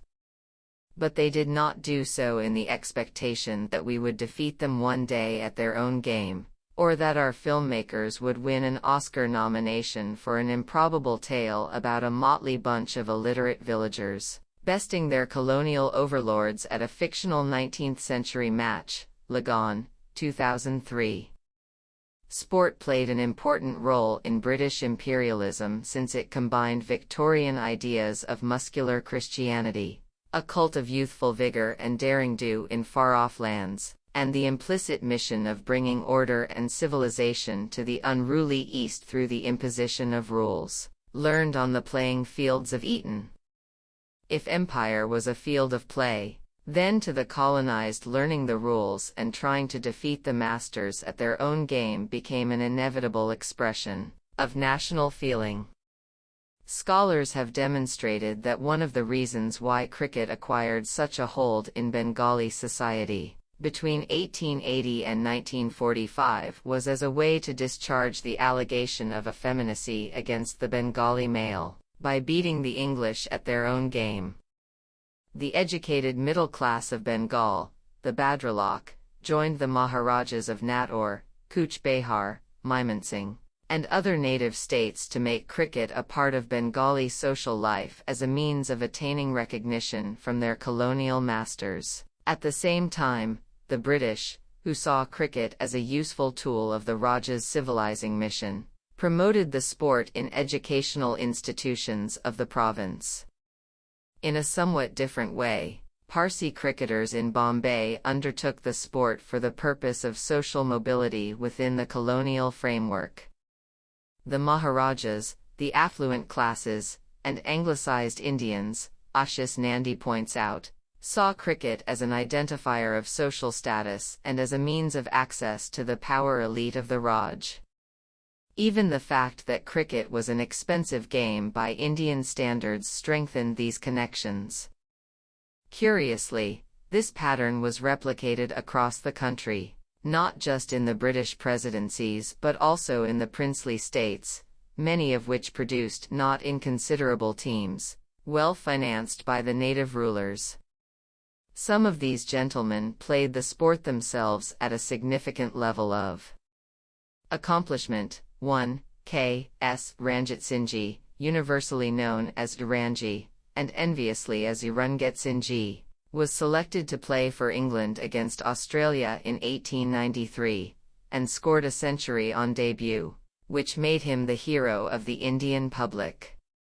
It is fascinating how Ranji, like Oscar Wilde and Benjamin Disraeli, became an English hero without being quite English enough himself. He never played a Christian stroke in his life, as one English admirer disbelievingly put it. Ranji described himself as an English cricketer and an Indian prince, but as Buruma observes, as an English cricketer he behaved like an Indian prince, and as an Indian prince like an English cricketer. Ranji, cricketing genius, reckless spendthrift, shameless Anglophile, was an extraordinary amalgam of the virtues and defects of both gentleman and prince. His nephew, K.S. Duleepsinji, and another prince, the Nawab of Padauti, both emulated Ranji in 1930 and 1933 respectively, though by then Indians were beginning to ask why they had taken their talents to the other side, instead of playing for the fledgling Indian Test team. Padauti did, in 1946, but by then he was past his prime. When Indians became good enough at cricket to win the occasional game, the British took care to divide them, organizing a quadrangular tournament that pitted teams of Hindus, Muslims, Parsis, and the rest against each other, so that even on the field of play, Indians would be reminded of the differences among them so assiduously promoted by colonial rule. The sociologist Richard Cashman notes that Indian nationalism was less radical, in a cultural sense, than Irish nationalism. In Ireland, the nationalists and Home Rule agitators attacked cricket and other English sports as objectionable elements of colonial culture, and patronized Gaelic sports instead. Indian nationalist leaders, on the other hand, attacked the political and economic aspects of British imperialism but retained an affection for some aspects of English culture, while traditional Indian sports like kabaddi languished in the colonial era, and polo was revived as a sport mainly for the British and a very narrow segment of the Indian aristocracy. Cricket was seen as a sport where Indians could hold their own against the English.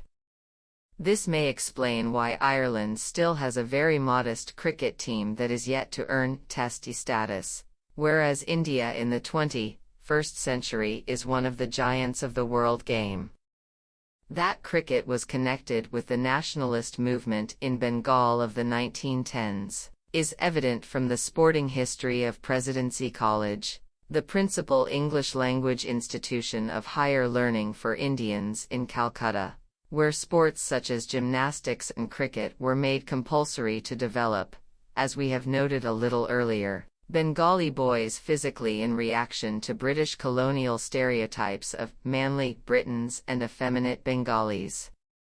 When the nationalist resistance in Bengal was gathering momentum, Presidency College lost a cricket match in 1914 to an all-European team of La Martiniere College, an unabashedly colonial institution whose students were divided into houses, named for the likes of Charnock and Macaulay.